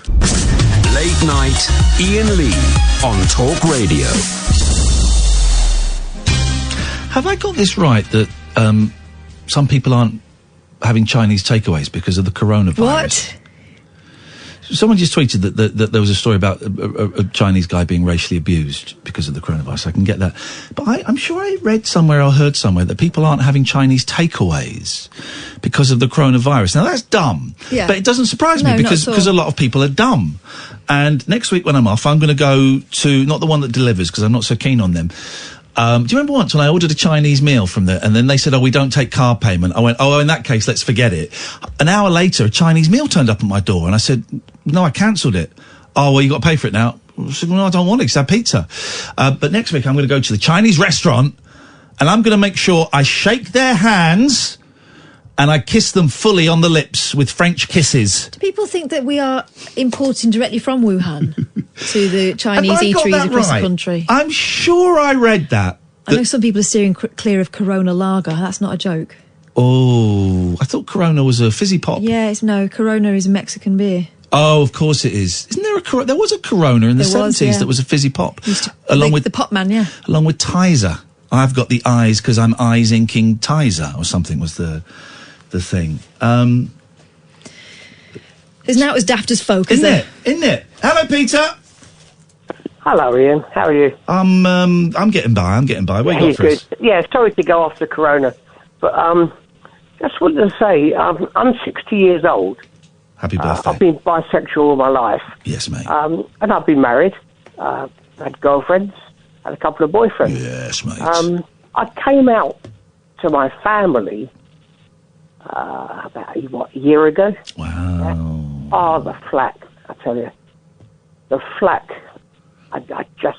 What from like parents? Mainly my son and my two daughters. Oh. My parents were fine. My parents are in their 80s. They just said, "Well, absolutely, it's fine. Don't worry about it." Right, but your kids didn't even think about it. It wasn't even an issue. My kids. Oh, God, the flack, Ian. Why? The flack I had. Why would you get flack? Did they think that you've been lying to them? I think because I actually came out on Facebook. And I didn't tell them. I mean, maybe it was my fault. Maybe yeah. And whoever comes out, I mean, Iain Schofield did it on TV. But he did it to his family. Listen, I'm not judging you. People do it how they do it. But he did it to his he told his family first. He did. Yeah. Yeah. And I didn't. Yeah. You know, that's wrong maybe, but the flack I've had, you know, ultimately it was a year ago, and it's we've come to some conclusion about it, and we're okay. Well, I hope it works out for you guys. It does, but I mean, I don't know. Sorry, I've just been listening. I don't normally ring up, and I've just been listening to it, and I think, you know, judgment and, you know, why. But, you know, I'm still their dad. I'm still a grandfather. Yeah, of course. And I'm in a relationship with a woman now. It changes nothing about how much we love our kids or those around. It changes nothing, does it? It doesn't. And that's been my issue with them. Me telling them that I'm still your dad. I'm still the grandfather. You know, I love my kids. And I must admit, I've had from a couple of people, because I've said I'm bisexual, I've had a couple of issues with a few people, not family, that have said, oh, they've linked it to paedophilia and boys and children. And that's really hurt, really hurt me. Yeah, of course, because there is no connection. I mean, there's no connection. You know, I'm not a paedophile. I'm not. Of course you're not. You don't even need to say that. You don't even need to say they that. They picked it up and they put it to me, and it caused a huge amount of grief with me. That someone would see me as that kind of individual. Yeah. Of course not. But what I'm saying is that, you know, we come out. I could have come. Well, all of my partners, be it girlfriend or boyfriend, mainly girlfriends, to be honest, have all known that I'm bisexual, and they've been absolutely happy. Even my wife knew about it. It was fine. It wasn't an issue. You know, and I've girlfriends that have been bisexual as well, and a few boyfriends. So when you kind of came out publicly... Yes. Oh, did you feel better? I thought I would feel better, but it actually made me feel awful. Oh, mate. It made me feel absolutely awful, and I went through quite a period of thinking I shouldn't have done this, because everyone said to me, you should have spoken to me first and not done it publicly. But I did. For whatever reason I did, Ian, I did it publicly. Listen, I don't necessarily... Let me choose my words really carefully. It's not how I did it. I've not had the conversation with my kids yet because they're too young, but at some point I will.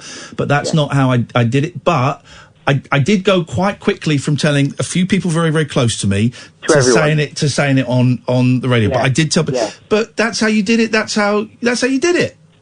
And of course, now my children. It's been a year or so now. All my children accept it. They love it. They love me. And that's it. It's absolutely fantastic. But what I'm trying to say is that anyone out there that needs to say I am this or I am that, don't keep it in. Just say it. Well, But you and I both know that it's not as simple as that. I waited till I was 46. You waited till you were 59. Absolutely, it's not as simple as that. And I wish I'd done it 20 years ago, 30 years ago. And I wish I had as well. Yeah, I couldn't. It would have made life so much easier and so much less painful. But I couldn't do it. But what I had to convince my children and my family was that I'm the same person as 20 years ago, 30 years ago than I am now. Nothing changes. Nothing. My sexuality has always been the same, but it doesn't make me a worse person, a worse father, a worse grandfather, a worse friend. It doesn't do anything. Peter, it's nice to talk to you. Thank you for sharing that. I appreciate that. Let's go to first-time caller, David. Evening, David. Hello. Hello, David. Yeah. Hello. David. Hello. David, I'm from... what do you want to talk about?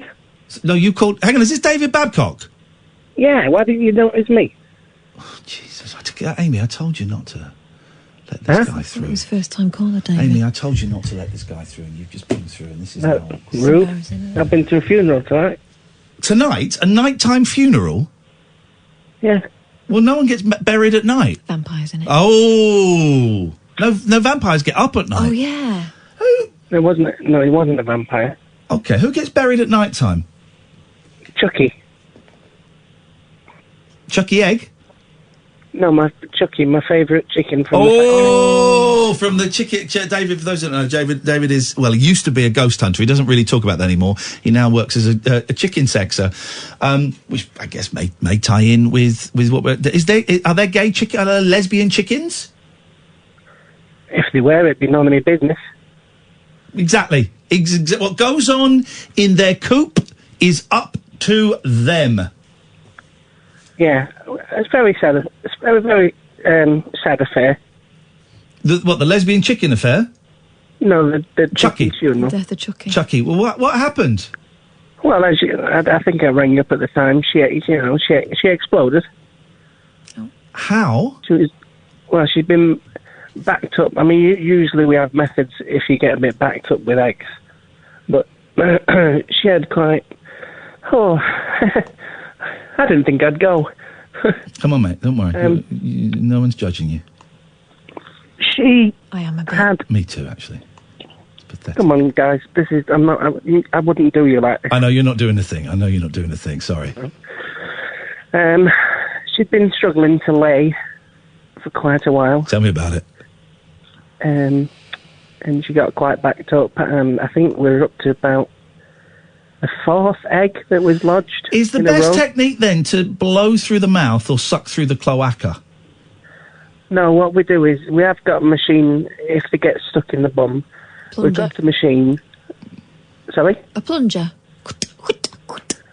No, it's easier than that. We've got a machine that we don't. And if you can't, actually grab it. We just use our mouths. Oh. Because it's a soft. Okay. Retest. Yes. Okay. Okay. So she died. She exploded because she was bunged up with egg. Egg bound, I think, is the technical phrase. Pretty much. And you buried her. It's been a while, and she was starting to stink. Yeah. So we thought, like this call. We thought, let's bury her. And I said a eulogy. Oh, what? I said the eulogy. Okay.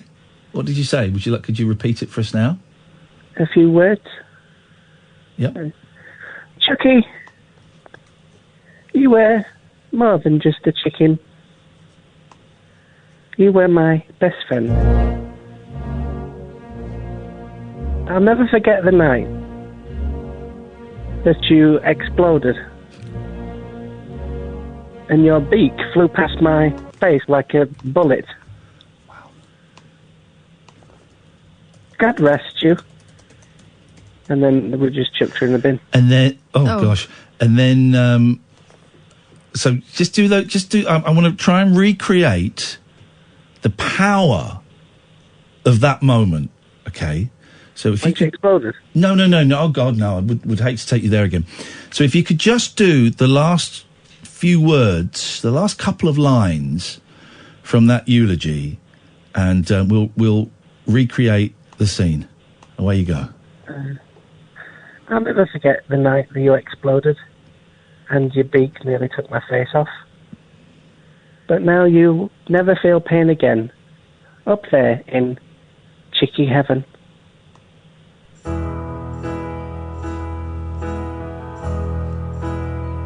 I sit and wait. Oh God, you're gonna get me going again. Angel, contemplate my fate. Oh, Chucky. Do they know the places Chucky. where we go when we're gray and old?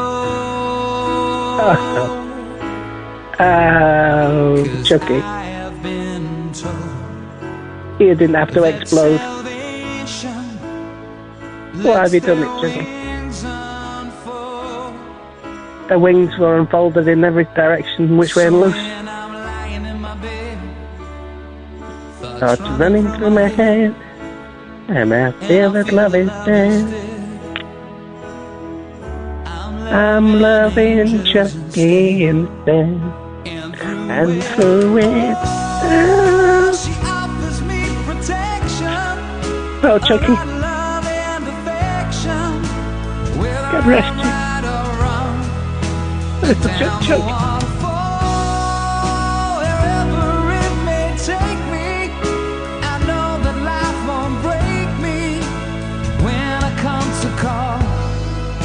Oh, dear. She won't forsake me.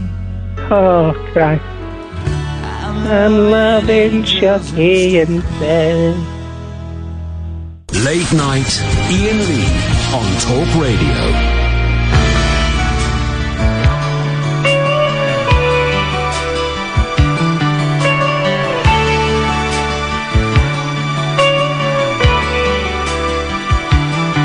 She may wear subtle perfume, dressed in all the classic clothes, to try and hide the fires inside she doesn't want exposed. There are certain feelings that nothing can disguise. You can always see the lust in a lady's eyes.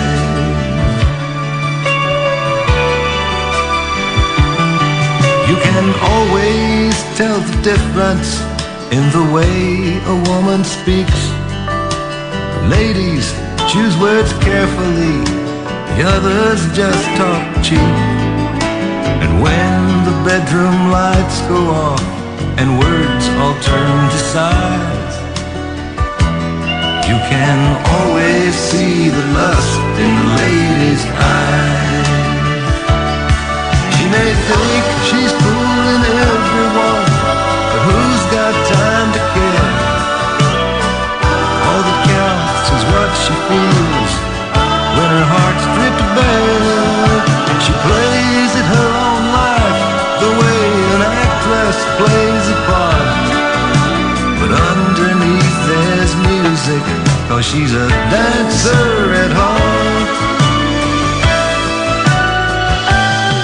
She may give the slight impression that she'll never give too much, when in truth the deepest part of her is aching to be touched. And the look on her face betrays the veil of lies.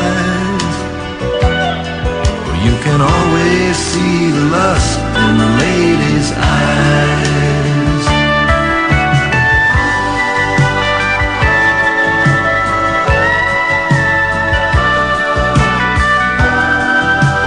I've got a mouth for a sausage.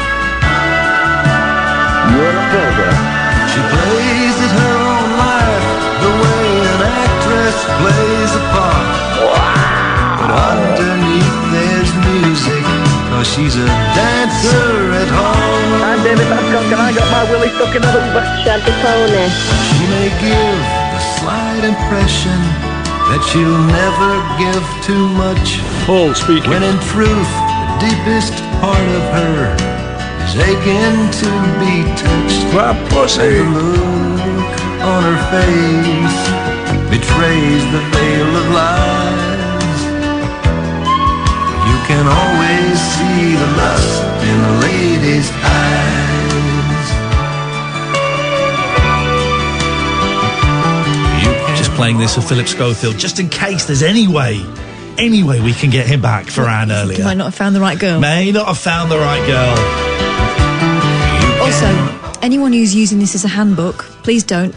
None of this constitutes consent. Different times. Different times. Speaking of which, thank you everyone who watched my 11 o'clock show Revisited. I think you should call it Different Times with William Lee. On Sunday. About 450 people came in and watched at one point. It was incredible. And all gasped at the same point. There was some really juicy jokes in there. I mean, very... I'm going to do another one this Sunday. I'm finding it interesting. Found this one quite hard work. And I'm starting to wonder how healthy it is to do this. Yeah. But saying that, one of the results of it is I've had a nice little email exchange with one of the people I mentioned in there, who I'd said I'd fallen out with, and he wrote back saying, "Did we fall out?" And I wrote back going, "Oh, this is how I remember it, but I'm aware that this is only how I remember it, and maybe you saw it differently." And he wrote back going, "Well, yeah, I did see it a bit differently, but thanks for telling me that. We're all cool." And we're all cool. So that is a great thing that's come from it. That's a really good thing. Nothing else. That's a great thing. It's going to go out as a podcast as well at some point. I want to get maybe 6 or 7 under my belt. And then it's going to go out as a podcast. But I miss it. So I'm rewatching all the old episodes of the 11 o'clock show. I'm missing loads of them. There's a YouTube channel, 11 OCS. I don't run. They're my copies, but I don't run it. 11 OCS. If you've got any on like VHS or on a hard drive or anything stored, go and have a look at what's there, and if you've got any that are missing, let me know, because I would love to have them. And while we're plugging stuff, I've got I found a really good. I've started following a few more people on Twitter, just a couple, and I found a really good thing that my mate Pete runs. Where is it? I tweeted it out earlier. Hang on, bear with me. It's worth it because it's going to be funny. Basically, Pete is like me in that he's weird and gets weird obsessions. And he has just bought. I found it. He's just bought like 300 VHS tapes, not the ones with movies on, but the stuff that people tape at home. And whenever I'm on Facebook Marketplace, and I've told you this, Kath, whenever I'm on Facebook Marketplace and there's an advert for 20 VHS tapes, free, I always look at them and think, and there's one I really nearly went and collected because it was like about a mile away from me, but then they'd said, "Don't worry, I've blanked over them." So no, I want what was on them. Anyway, Pete's doing it. Bet it was full of blueies. Pete is doing it at What's on the Tapes. At What's on the Tapes, and he's going through these tapes because he's got no life or friends, and he is slowly uploading it to YouTube. So if you go to at What's on the Tapes on Twitter, there'll be a link to the YouTube channel. I've followed it. I'm subscribed. I love stuff like that. It'll just be a load of crap from the 90s. He's already posted I think BBC One closing and stuff like that. I love all of that stuff. 03444991000. Good evening, Jerry. Good evening, guys. Jerry, what can we do for you tonight? Limey, you folks really are the true alternatives, aren't you? Thank you. Really, where would you get such a diverse range of topics, callers and everything? Phenomenal. You really work hard on the show. I don't know how you can go home at night without being mentally exhausted. Oh, well, we are mentally exhausted, but I have to correct you on one thing, and please don't take this the wrong way. No. Kath and I, we don't work hard at all. We are the laziest people in show business. Well, you might say that, but So would our bosses. See how you both deal with the calls and rationalise everything. It's a psychological workout. Thank you, Jerry. What have you called in for tonight? Well, what I was trying to do really was to say, could we try and get some empathy and understanding? Now, when I was listening to that woman who shares a similar generation to me, the one thing that a lot of the younger ones perhaps don't get is that we grew up in a horrendous society of compliance and conformity and social norms. And when I look back to the days of the 60s and the 70s, the social conditioning, it's not surprising you get set in your ways anyway as you get older and inflexible of any kind of changes, really, because it happens as you get older. And I think the hard part is actually trying to get some understanding. I listened to the way she reasoned with you, for example, or attempted to, and I've seen it so often. I went through a time when I was bullied at school and all that kind of thing, and it was all just the norm in those days, and you get conditioned into that way of thinking. Yes. And if you take the parallel that Kath made about feeling some sort of ownership over Phillip Schofield because he was somebody with whom she could relate to, and presumably he'd changed by, making a declaration about being gay. It's rather like someone feeling deceived or cheated because it's not the person you thought they were, and that's very hard sometimes for people to take on board. I remember Terry Wogan many years ago was astonished that people would come up to him in the street and treat him as an old friend, because he always came across like that on the telly and the radio. And he remarked in the papers once, I don't understand why people think, he said, I just do a job. But they come up and they sort of, seem to regard me as an old friend and that kind of thing. But that's different. That's different, isn't it? And I have that, and it always strikes me as very odd, but I've learned to accept it. But that's different from being disappointed because someone has come out as gay. Well, of course, it's also the fact it's like, in a strange kind of way, if you think of it as if it was her son, and suddenly, she got an idea of his character, and this is really where families break down when someone says they're gay, because basically it's not just a lie. It's your whole personality, your whole character is now different. No, it's not though. But it's not though. No, absolutely. But it's the person who's being told or has found out believes that it changes their personality. Well, for people to reject someone who comes out isn't just, I think it's not just them feeling threatened or whatever, but it's how others will perceive them. Oh, I don't know. You know what I mean? They do think, well, we belong in this little club and we're anti this. I mean, I met a guy who... it was about 20 years ago now, and he was a next door neighbour of mine. He'd never met a black person in his life. Right. And he just dismissed it. He was so racist it wasn't true. And which is that's unacceptable though, right? Totally. And I actually, in a very gentle way, said, well, do you not think if you met a few people, anything that's unfamiliar is usually... It really shocks you, doesn't it? It's alien, so you reject it. And of course, he grew up in a family that were all... But racism can be... You don't need to meet a black person to be able to intellectualise racism and the fundaments behind racism, which suggests, or which state, that black people are inferior to white people, probably genetically, certainly intellectually. You don't need to meet a black person to know that that's not true. You can intellectualise yourself out of racism. It's a strange thing, though, Ian. In my generation, back in the 60s, there were people saying that black people are not just different, but they're educationally, they are subnormal. Subnormal, yeah. Oh no, but that's coming back in fashion as well at the moment. Unfortunately, that line of thought. And when you look at all this discrimination, including the Islamic extremists who go and protest outside schools, and they, they make this big thing, and you think it's a deep-rooted thing, and it's like being brainwashed, really. In an earlier stage of your life, your sort of social norms tell you this is how it's got to be, and then you go around literally conforming. I get what you mean about brainwashing. I'd use the word indoctrination as well. Yeah. But I'd also disagree with you when you say that as you get older, you change less. I'm guessing I may be 15 odd years younger than you, but I'm changing more and more and more the older I get. I'm embracing change. But maybe I'm the exception. I don't think I am.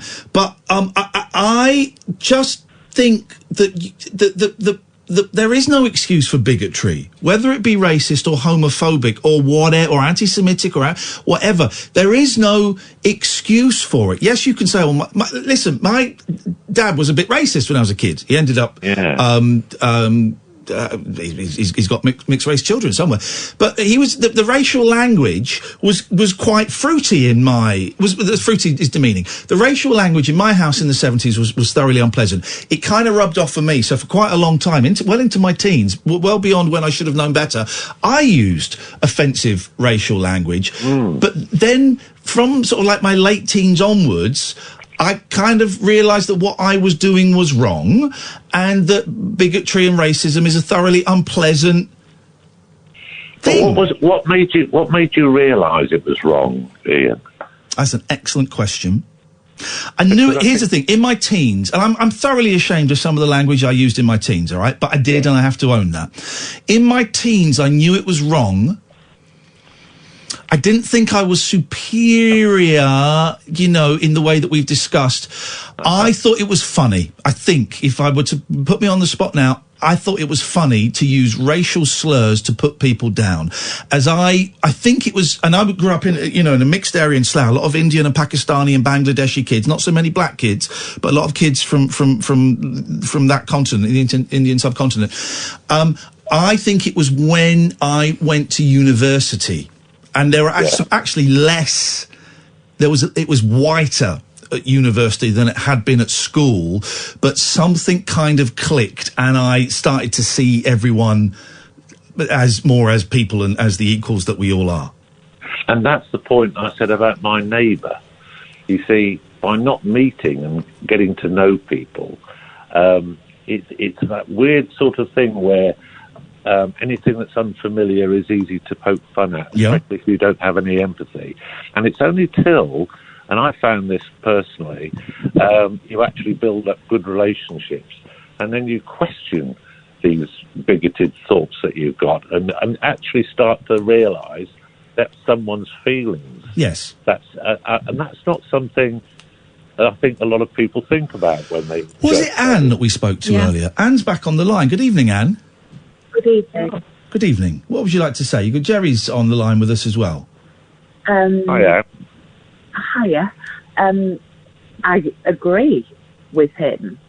There is a bigoted, and also with what he's had to say is, I grew up in Scunthorpe in North Lincolnshire, which was such a mixed race. We have Scottish, Irish, Indian, Italian, Polish.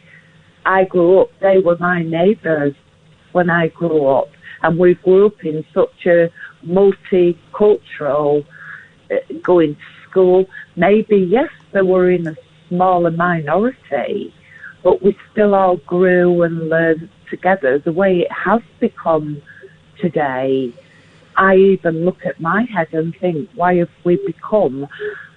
And I did think you were very one-sided. You know, on the previous conversation... I'm very anti-bigotry, Anne. I'm very, very anti-bigotry in all its forms. There are no sides, I don't think, when it comes to homophobia and racism. I don't have to pander to or listen to or give any weight to homophobia. So, yes, I am very one-sided in that respect. I would give my heart to anyone because of the way I grew up. You would what, sorry?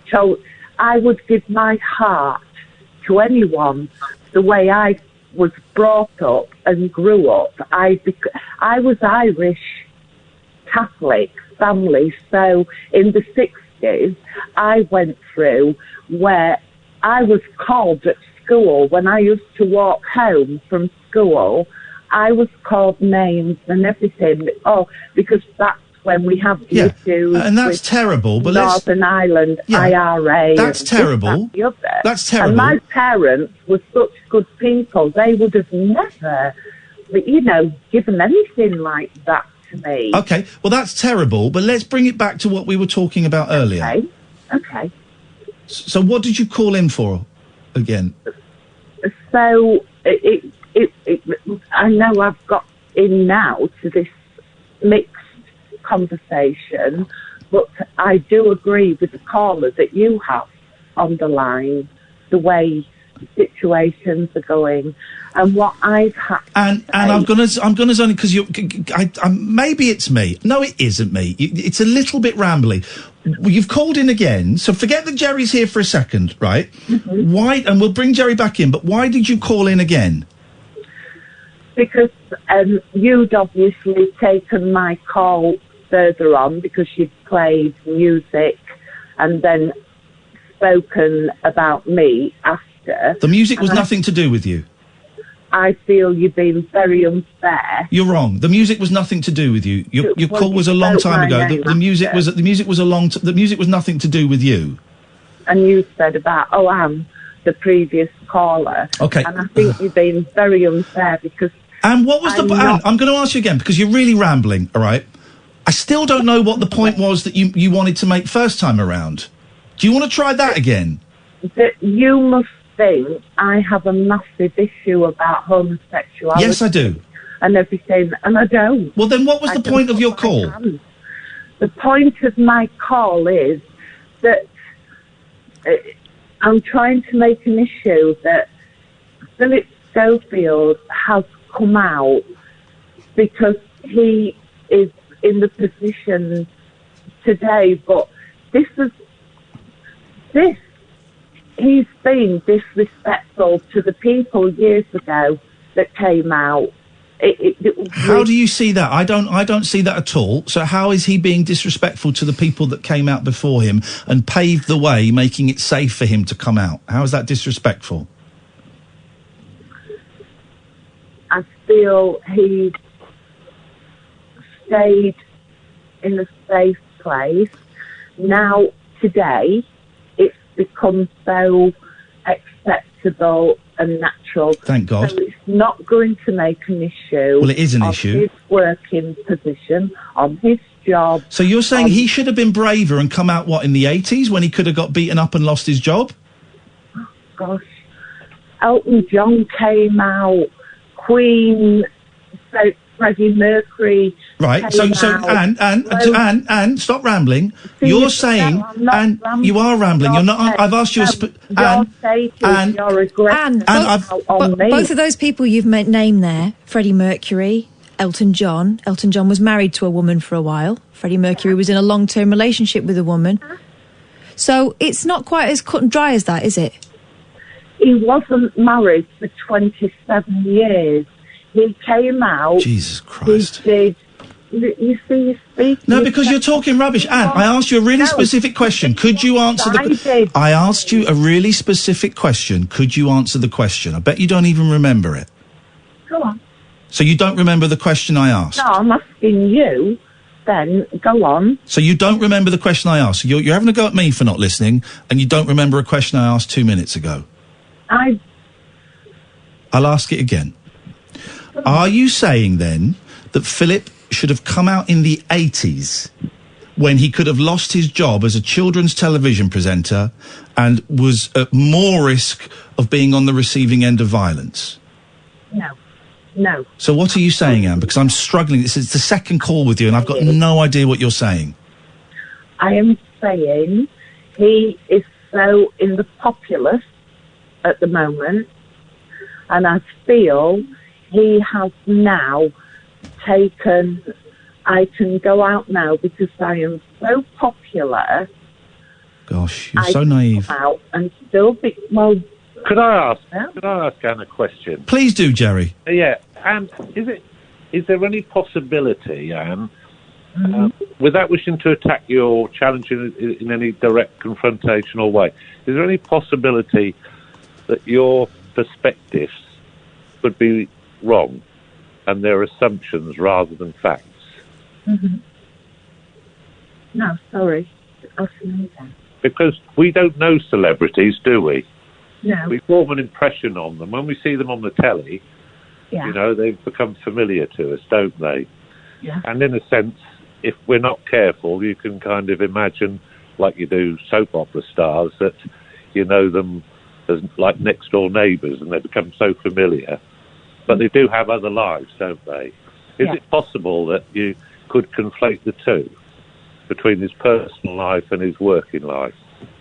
Do you see him as doing a job and that's it? Or do you see him more as a personality that you've got to know well? I see him as a personality, but I also think he should have been respectful enough to... Because, could I also ask you, Anne, do you think you have a good understanding of what it's like to have to admit to something that you've held as a dark secret for many years of your life? No, I don't. If someone were to explain that to you in the sense of their feelings and possibly, you know, break into tears and get very upset, that you might have a different perspective on it. No, because I would think, why is there all this drama? Why could it not be done in a respectful, quiet Well, you say this is a funny word, respectful. You remember mentioning in I think you said Lincolnshire, where you got to know lots of different people from various different ethnic backgrounds. How would you have a conversation with someone who was racist, who said, you know, that they're over here taking hard jobs and, you know, they're a different class? Then I would try and explain to them about that person's background, and do you realise you can't judge everyone the same and how they're coming through, and our lives aren't their lives. Absolutely. So what you're really saying is you have a better understanding because you can empathise far more, having been familiar with what they've experienced. And therefore, are you in a good position to judge how it is for somebody who's gay if you really don't have lots of experiences of having understood people who have that? But I have mixed with so many gay people, and I have a young man, he's now 37 years of age, and I've known him since he was 4 years of age, so he's been close growing up. So would you have an issue? Would you have an issue with somebody who, like Phillip Schofield, did exactly the same thing, but he wasn't on the telly? Would that be any different? The young man I know would not, as far as I know him, he would not need to feel that he would have to go out and make an issue. And I'm going to stop you. And I'm going to stop you because you are talking absolute rubbish. Phillip Schofield has not made an issue, right? And it's great that young man feels he can come out. Coming out shouldn't be an issue.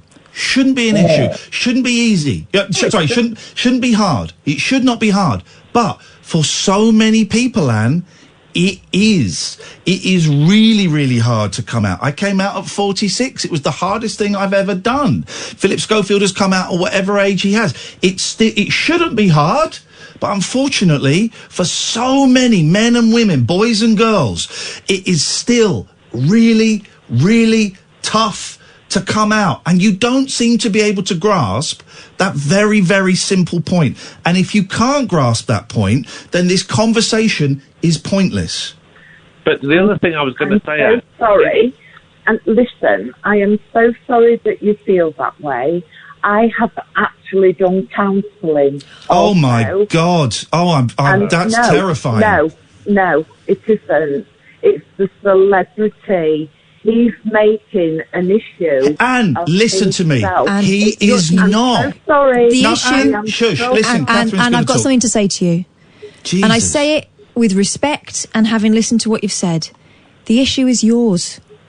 You're talking about respect. His wife is fine. She says she's fine. We have to take her word for it. Don't make her a victim. Her children say they are fine. His parents are fine. His in-laws are fine. You talk about respect, but you're the one talking about someone you do not know and you haven't the first clue what they've been through. Butting in, but do you know how many people then don't have that celebrity? It makes no difference. God. Just because someone gets punched in the face doesn't mean someone deserves to be kicked in the nuts. You know celebrities have feelings. You know celebrities are just human beings that are on telly. That's it. They're still human beings. The celebrity part of this is irrelevant, Anne. I've got no idea why you're latching onto this. Of course they are. But then why do you keep mentioning it? It's irrelevant it's to on this. you, Anne. It's the way it was done on the sofa. It was all as if it was... So the problem is the way it was done. Set it up. They should have kept it behind. And I'm gonna let you go. Catherine and Jerry have got far more patience than I could ever have with you. I pity the people that you see. How many other people in their families struggling? I'm not even gonna. And thank you, Jerry. You've got the patience of a saint, man. Oh, well, what radio station are you on? Because I want to listen to your show. Bless you. It's a funny thing, but many moons ago, back in the 80s, I shared a house with a guy who eventually came out to me and told me that he was a transvestite. Yeah. And in those days, that was so taboo, you can't believe it. Yeah. And he said to me that one of the things he liked doing was dressing up, and he had a friend miles away, but they used to meet up now and again, and they'd go up on the common just wearing women's clothes. Beautiful.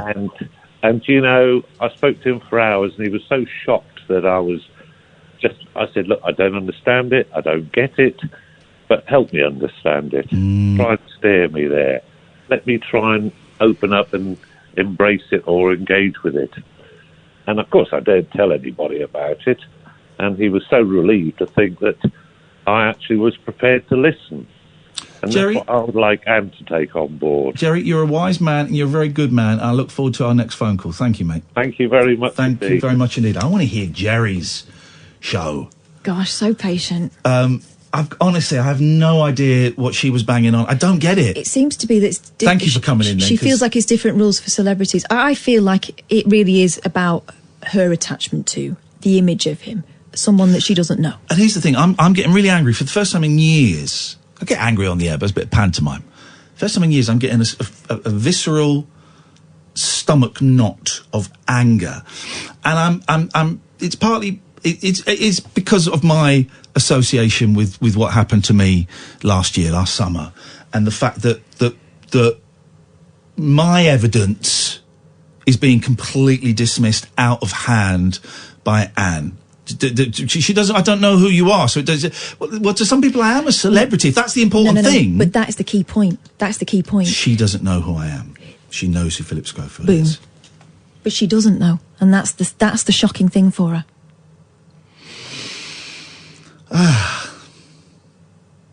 Final point on what Jerry said.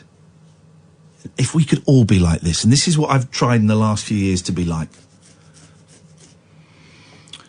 When the guy came out as a transvestite to him, I don't get it. I don't understand it. But could you try and explain it to me? I remember when we were at Three Counties, I came out as saying, I don't get two gay dads having a kid. I don't get it. It doesn't feel right to me.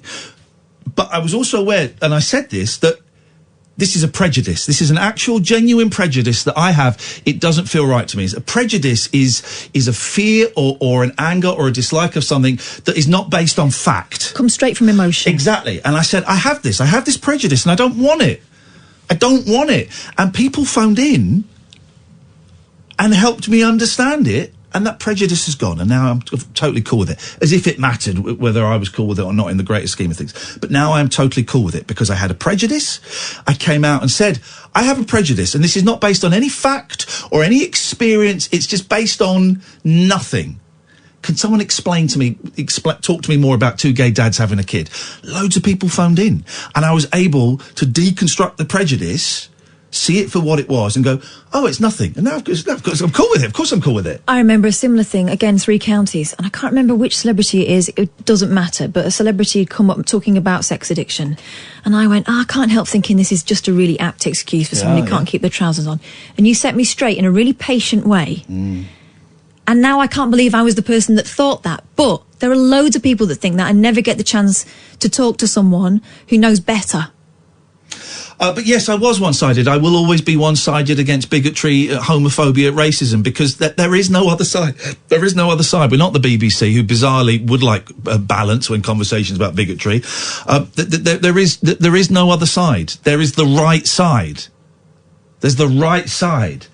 Racism and homophobia is wrong. That's it. That's it. It's not an opinion. It's a fact, right? The only right side is to not be racist and to not be homophobic. And I will not give credence or an equal amount of time to people that don't agree with that. Oh, I'm so late for the ads. This is Talk Radio. Late night, Iain Lee on Talk Radio.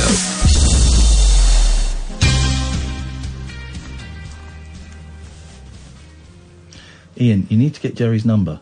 Don't wait for him to call in. Just call him yourself when it gets hairy. Notice how he managed to inquiring challenge Anne by asking a set of joined-up questions without any point making her feel like she was pushed into a corner, instead helping her to find her way. Oh, God, no, I've got no problem with pushing bigots into a corner. But I don't know where you heard her helping finding her way, because she didn't. No, she didn't. Oh, God, no, honestly, I'll say it again. I have no problem calling out bigots. I have absolutely no problem. Jerry's very generous and was very kind and very thoughtful. Have we still got to do the 22 breaker? Thank you very much, Amy. Oh, God, no, I've not got a problem with that, double 675. But thank you very much for your input. It is really appreciated. Let's go to Jessie. Hello, Iain and Catherine. Hello, Jessie. It's been quite tense tonight. Isn't it? And that Anne really got me going. Oh, in what way? Sexy? Just her attitude when she doesn't even know Philip. Yep. If you love someone, set them free. They love you. Yep. Treat you with respect. Exactly, it doesn't respect. matter who you are, Yep. straight, gay, lesbian. Also, all the others as well. I've got a light subject tonight. Oh, here we go. So we need a light subject. I know. I feel we need it, and as you're going to give it to us. All cat lovers. Yes. I thought I've got, I go crazy with my cat. Yeah. Because I haven't got my baby. Yeah. I've got him a kid's electric ride-on car today. Whoa! Hang on, you've just taken this to batshit crazy levels. You bought your cat. You bought your cat a remote control car. And what? He sits in it, and do you drive it with a remote control, or does he drive it? Yes, not the remote control one, because I'm disabled. The cat's not disabled, though. No. That's where it's going from. All my equipment's electric, and he loves rides on the electric things. Loves it. I knew that would make you think. Wow. Now, what kind of car is it? Yeah. I chose it personally. A BMX pink. BMX? His own nameplate. It's pink? Yeah. Beautiful. A BMW? Yeah. Right. And does he like sitting in it, or do you have to kind of like strap him in? No, he's actually been jumping in it. and chasing it. And do you drive around? You drive him around your place, do you? Jessie? Uh-oh. Jessie? I hope she's not been the victim of a hit and run. Hello, I've only got it tonight, Iain. Sorry? I've only got it tonight. Right. So I've been doing it for a few hours, but he loves it. Wow, that's insane. Also, literally, like one of Chloe's songs earlier, Robbie. with David. Yeah. Robbie Williams Angels. We played it for David, for Chucky, who sadly passed away. Got egg-bound. Funeral, yeah. Yeah. Is that one of your favourite songs? Yeah, it's one of Chloe's send-off songs. I see. I got you. I see. I knew that I'd make you smile, though, about the car. Thank you for letting us know about the car, Jessie. You absolute fruitcake. Thank you. That's made me laugh a lot. You are bonkers. I had to wait till I was 22 to get a car.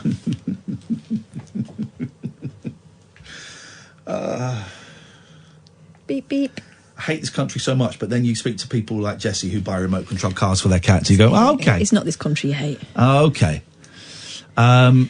What you got? Then we'll do the break after that. All right. Have you got anything? Yeah. By the way? Okay. Apparently not everyone can hear their inner monologue. You heard this one? These things pop up from time to time, yeah. It's a thing from Twitter, but bear with me. A post by a user named Kyle... Oh, God. ...explains that some people have one or two of them. verbal internal narratives where they hear their own thoughts as sentences, while others don't, and instead have abstract, non-verbal thoughts. Oh, yeah, it was a dream. Yeah, like that. Or others will just have a think in paragraphs. No, I think it's okay. Kyle went on to say that most people aren't aware that the other type of thinking exists, and it's clearly true, as his tweet is blowing people's minds. I hate that.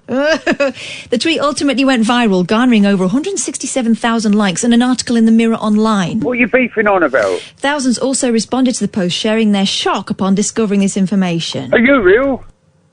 Zainab says... Oh, God. Wait, so some people don't have to suffer through the voice in their head going on in a constant monologue? Is that what it means to achieve inner peace? Just shut it, pal. Another said, how do people who don't verbalise their thoughts read? Do they not hear the words in their heads as they're reading them? Am I talking to myself here? How do they know what they're reading if they don't hear it in their heads? What's the matter with it? I forgot that one. What's the matter with it? What's the matter with it? What's the matter with it? My favourite of his, though, was hell mess. Oh, I don't have that one, I'm afraid. You got done a little garden? I did just see... I done a little garden. Yeah, I got that. But, of course, my favourite will always be... Who the hell is Ginger Baker? That you played to Ginger's daughter. I know. Oh, she emailed me last week. I must reply to her. I like Nettie Baker. Yeah, I like Nettie a lot. She's lovely. So anyway, yeah... Another bonkers person, but wonderful. Yeah, but the sort that makes the world go round. Let me find her email. Go on, you do that. Well, I'm done. Oh, well then so are we. Late night, Iain Lee on Talk Radio. Okay, so I've got the email from Nettie, and there's an auction. There's a big concert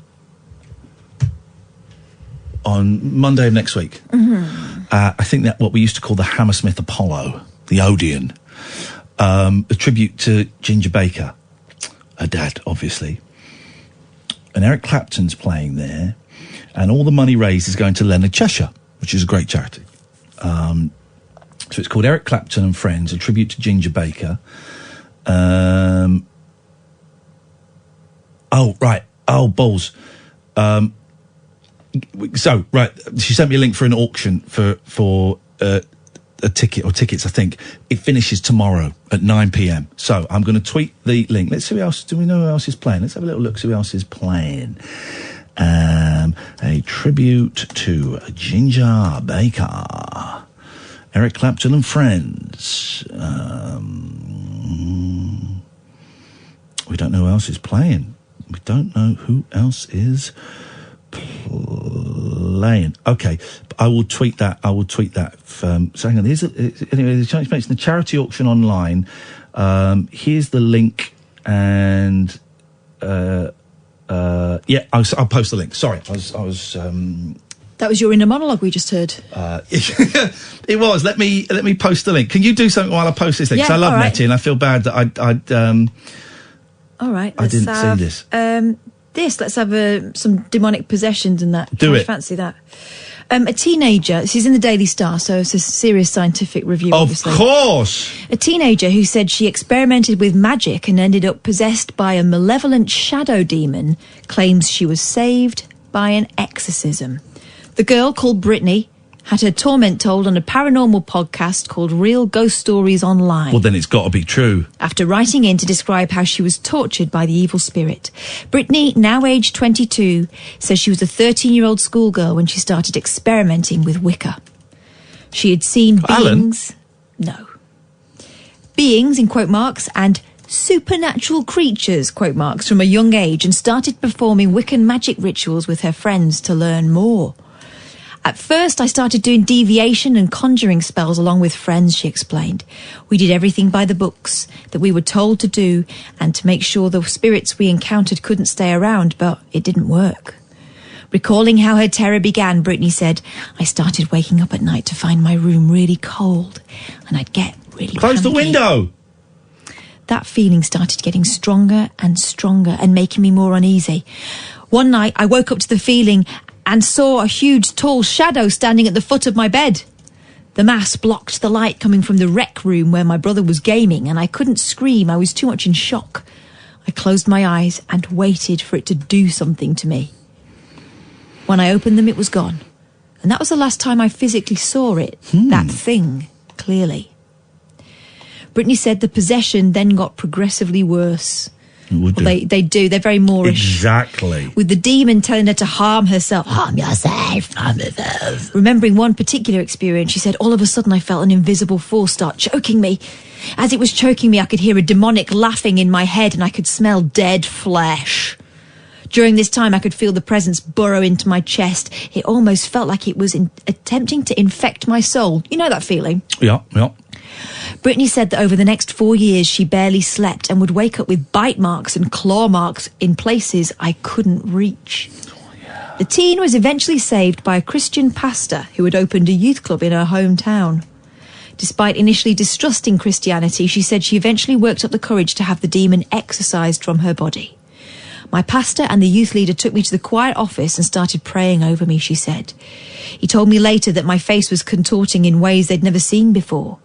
I also have a recollection of involuntarily lifting up the left corner of my lip to show my teeth like a dog would, or like Elvis Presley. He also Thank you very much, ladies and gentlemen. Elvis Presley, King of Rock and Roll. Was he called the King of Rock and Roll? In his lifetime. The King, yeah. The King. Was he called the King of Rock and Roll? Elvis Presley, as we know him now, as the King of Rock and Roll. Was he called the King of Rock and Roll in his lifetime? Yeah. Elvis? Yeah. Was he called the King of Rock and Roll in his lifetime? Yeah. I'm asking a question. Yeah. Oh, yeah, okay. But was he called... Jesus. Was he called the King of Rock and Roll? Yes. Was he called the King of Rock and Roll in his lifetime? Yes. By whom? Everybody. Well, not by everybody. Everybody who said it. Can you give me an example? I want a fact... Priscilla. For sure. Excuse me, the King of Rock and Roll, your dinner's ready, and there's a lot of it. That kind of stuff. Okay, if you're not going to be serious, then carry on doing your story. Can the King of Rock and Roll join us in the jungle room for some shenanigans? Okay, you're not All going that to... kind of Well, caper. for the start, why would Frank Sidebottom be making an... Imagine Frank Sidebottom and Elvis. Oh. Matching jumpsuits. My greatest disappointment, I always thought it was going to be the payoff of the longest game ever, was that Frank Sidebottom never met Paul McCartney. Oh. He was always going on about Paul McCartney, always. And he never met him. And I just had a feeling that at some point McCartney was going to relent and they would do something together. That would have been the coolest. Yeah. That would have been the coolest. But what did McCartney say? I don't know. No, that's wrong. That's what he said. No. You got that one on there. You could have done it. No. You could have been Well, that smooth. doesn't- what do you mean? That's wrong. Oh, you mean on these clips? Yeah. Okay, here we go. Tamata wakatangi hangi kuwe uo tamataya tuli puka kabiki monga hora no kupoka wena wakatana tahu mata kuwa tanga nuru kawa mikitora.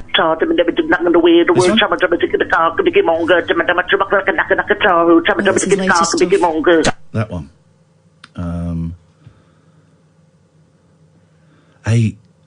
Oh God, I forgot to tell you this. I was out earlier on and I found Paul McCartney had been buried underground, but I managed to record it. He said this: "I need your help." So I got him out. Oh, good. I like him. And then I trod on his toe. What?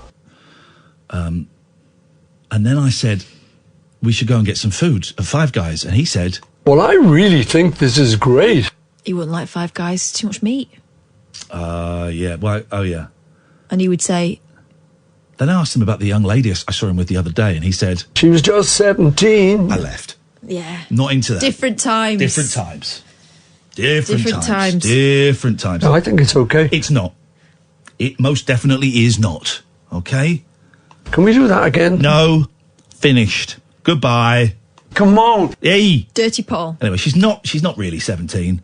Yeah, I know it isn't. Okay.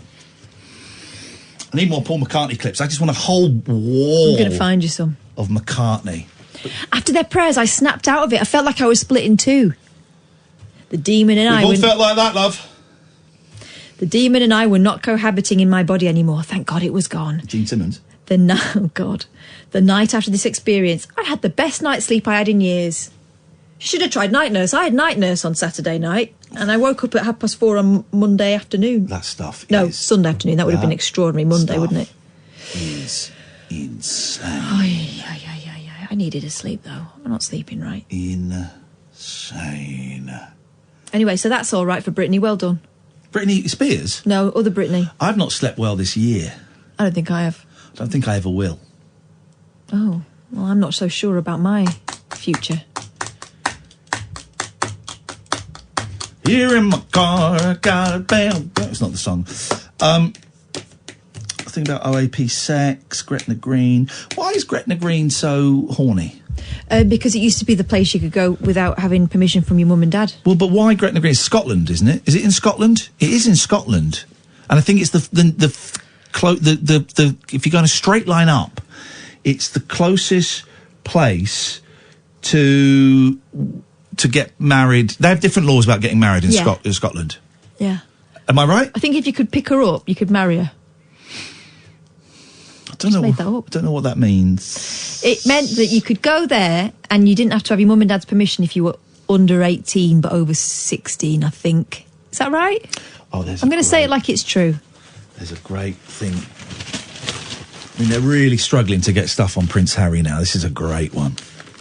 Oh, under the age of 21 without your mum and dad say so. Prince Harry has been accused of cashing in on the death of Princess Diana by talking about his mental health battles to pocket an estimated £775,000. God, I wish he'd go out and earn his own money instead of relying on us. What he is? Well, he's cashing in on Princess Diana. Hey, if anybody's allowed to cash in on the death of Princess Diana, it's him and his brother. Can I just translate cash in on the death? So he's talking about his mother's death, which is the most formative part of his life. Yeah. The royal made his first post-Megxit appearance with wife Meghan at a conference with he's trading on his grandma's name. With JP Morgan bankers in Miami. During his speech, Harry revealed he had therapy to cope with the loss of his mum, who died in a car crash in 1997. Did she? I didn't know about that. From this small bit, I'm actually thinking, great, he's going out, he's earning his own money. Brilliant. And I didn't know that about him. Sounds inspirational. Mm-hmm. Sounds inspirational. So let's just get this straight. Is he not allowed to speak about his family at all? Because that would be cashing in. One critic tweeted, I'm literally disgusted that Harry is now dragging up Diana's death to earn money. I really didn't think he would stoop that low. This is disgusting on a whole different level. Shameful. Their titles must be stripped completely. Now, unless that's from a Mr. Charles Windsor or a Mrs. Elizabeth Windsor, who gives a toss? Public relations expert Mark Bukowski said, they've got to make a lot of money and are going to slip up on the way. The worry is, how many of these types of gigs are there going to be? How often... Oh, gee, I didn't know it was going to win like this. Wow, what? How often can Harry play the card about mental health? Oh, a card. Play a card. Trust me, I got a loaded deck of those cards. A loaded deck of those cards. So he's been criticised for talking about mental health and criticised for cashing in on the death of his mum. I'll get stuffed. How dare you? Good for him. He's doing what everybody wanted. He's earning his own money and he's allowed to... We all talk about... He's encouraging people to take care of their mental health. I hate this How country. is that turned into playing a card? I hate people... In fact, you're welcome to them tonight, Darryl. They're getting right on my nerves. What's going on? Scumbags. What's the matter with you? Callers. I don't like callers. Yeah. I do like callers. We have had some really nice callers and we've Just had some absolute right? bells. Just people. Just blooming people. Okay, on that note, good news for you. We're getting rid of people. We're going to get rid of people. No, we're not. We're definitely not doing that. We're going to talk about cats. Suddenly I'm happy. Right? Yes, Let's go to a happy place. Yes, man. Oh, you've got a cat top on. Got my cat on my top. Oh, cat tits. We're going to speak. Catnip, that's what I meant. Catnip. That's a good. That's what I meant to say. Sorry. We're going to speak to a cat whisperer live on the radio who's going to whisper to our cats. So if you've got cats, gather Cat's them around trained the her radio. cat to high five her. Yeah. I saw that. She won't leave me alone now. I saw that. I was very It's impressed like a by really that. annoying college student. My cats are getting right on my nerves. Shouldn't have befriended them. I was nice to you on the first day. All right, leave me alone. Oh. What are you doing? What's going on? I want to show you how much I hate my cats. This is what my babies He's do. taking his trousers off. What are you doing taking your trousers off? Look at this. Oh, this is where good they Lord. climb up using their claws. Oh, they want a bit of you, don't they? Yeah. By goodness me. Yeah. I feel you. Well, we'll put that right, hopefully. That wasn't an invitation. Oh, blimey, look at the time. This is Talk Radio. Talk Radio.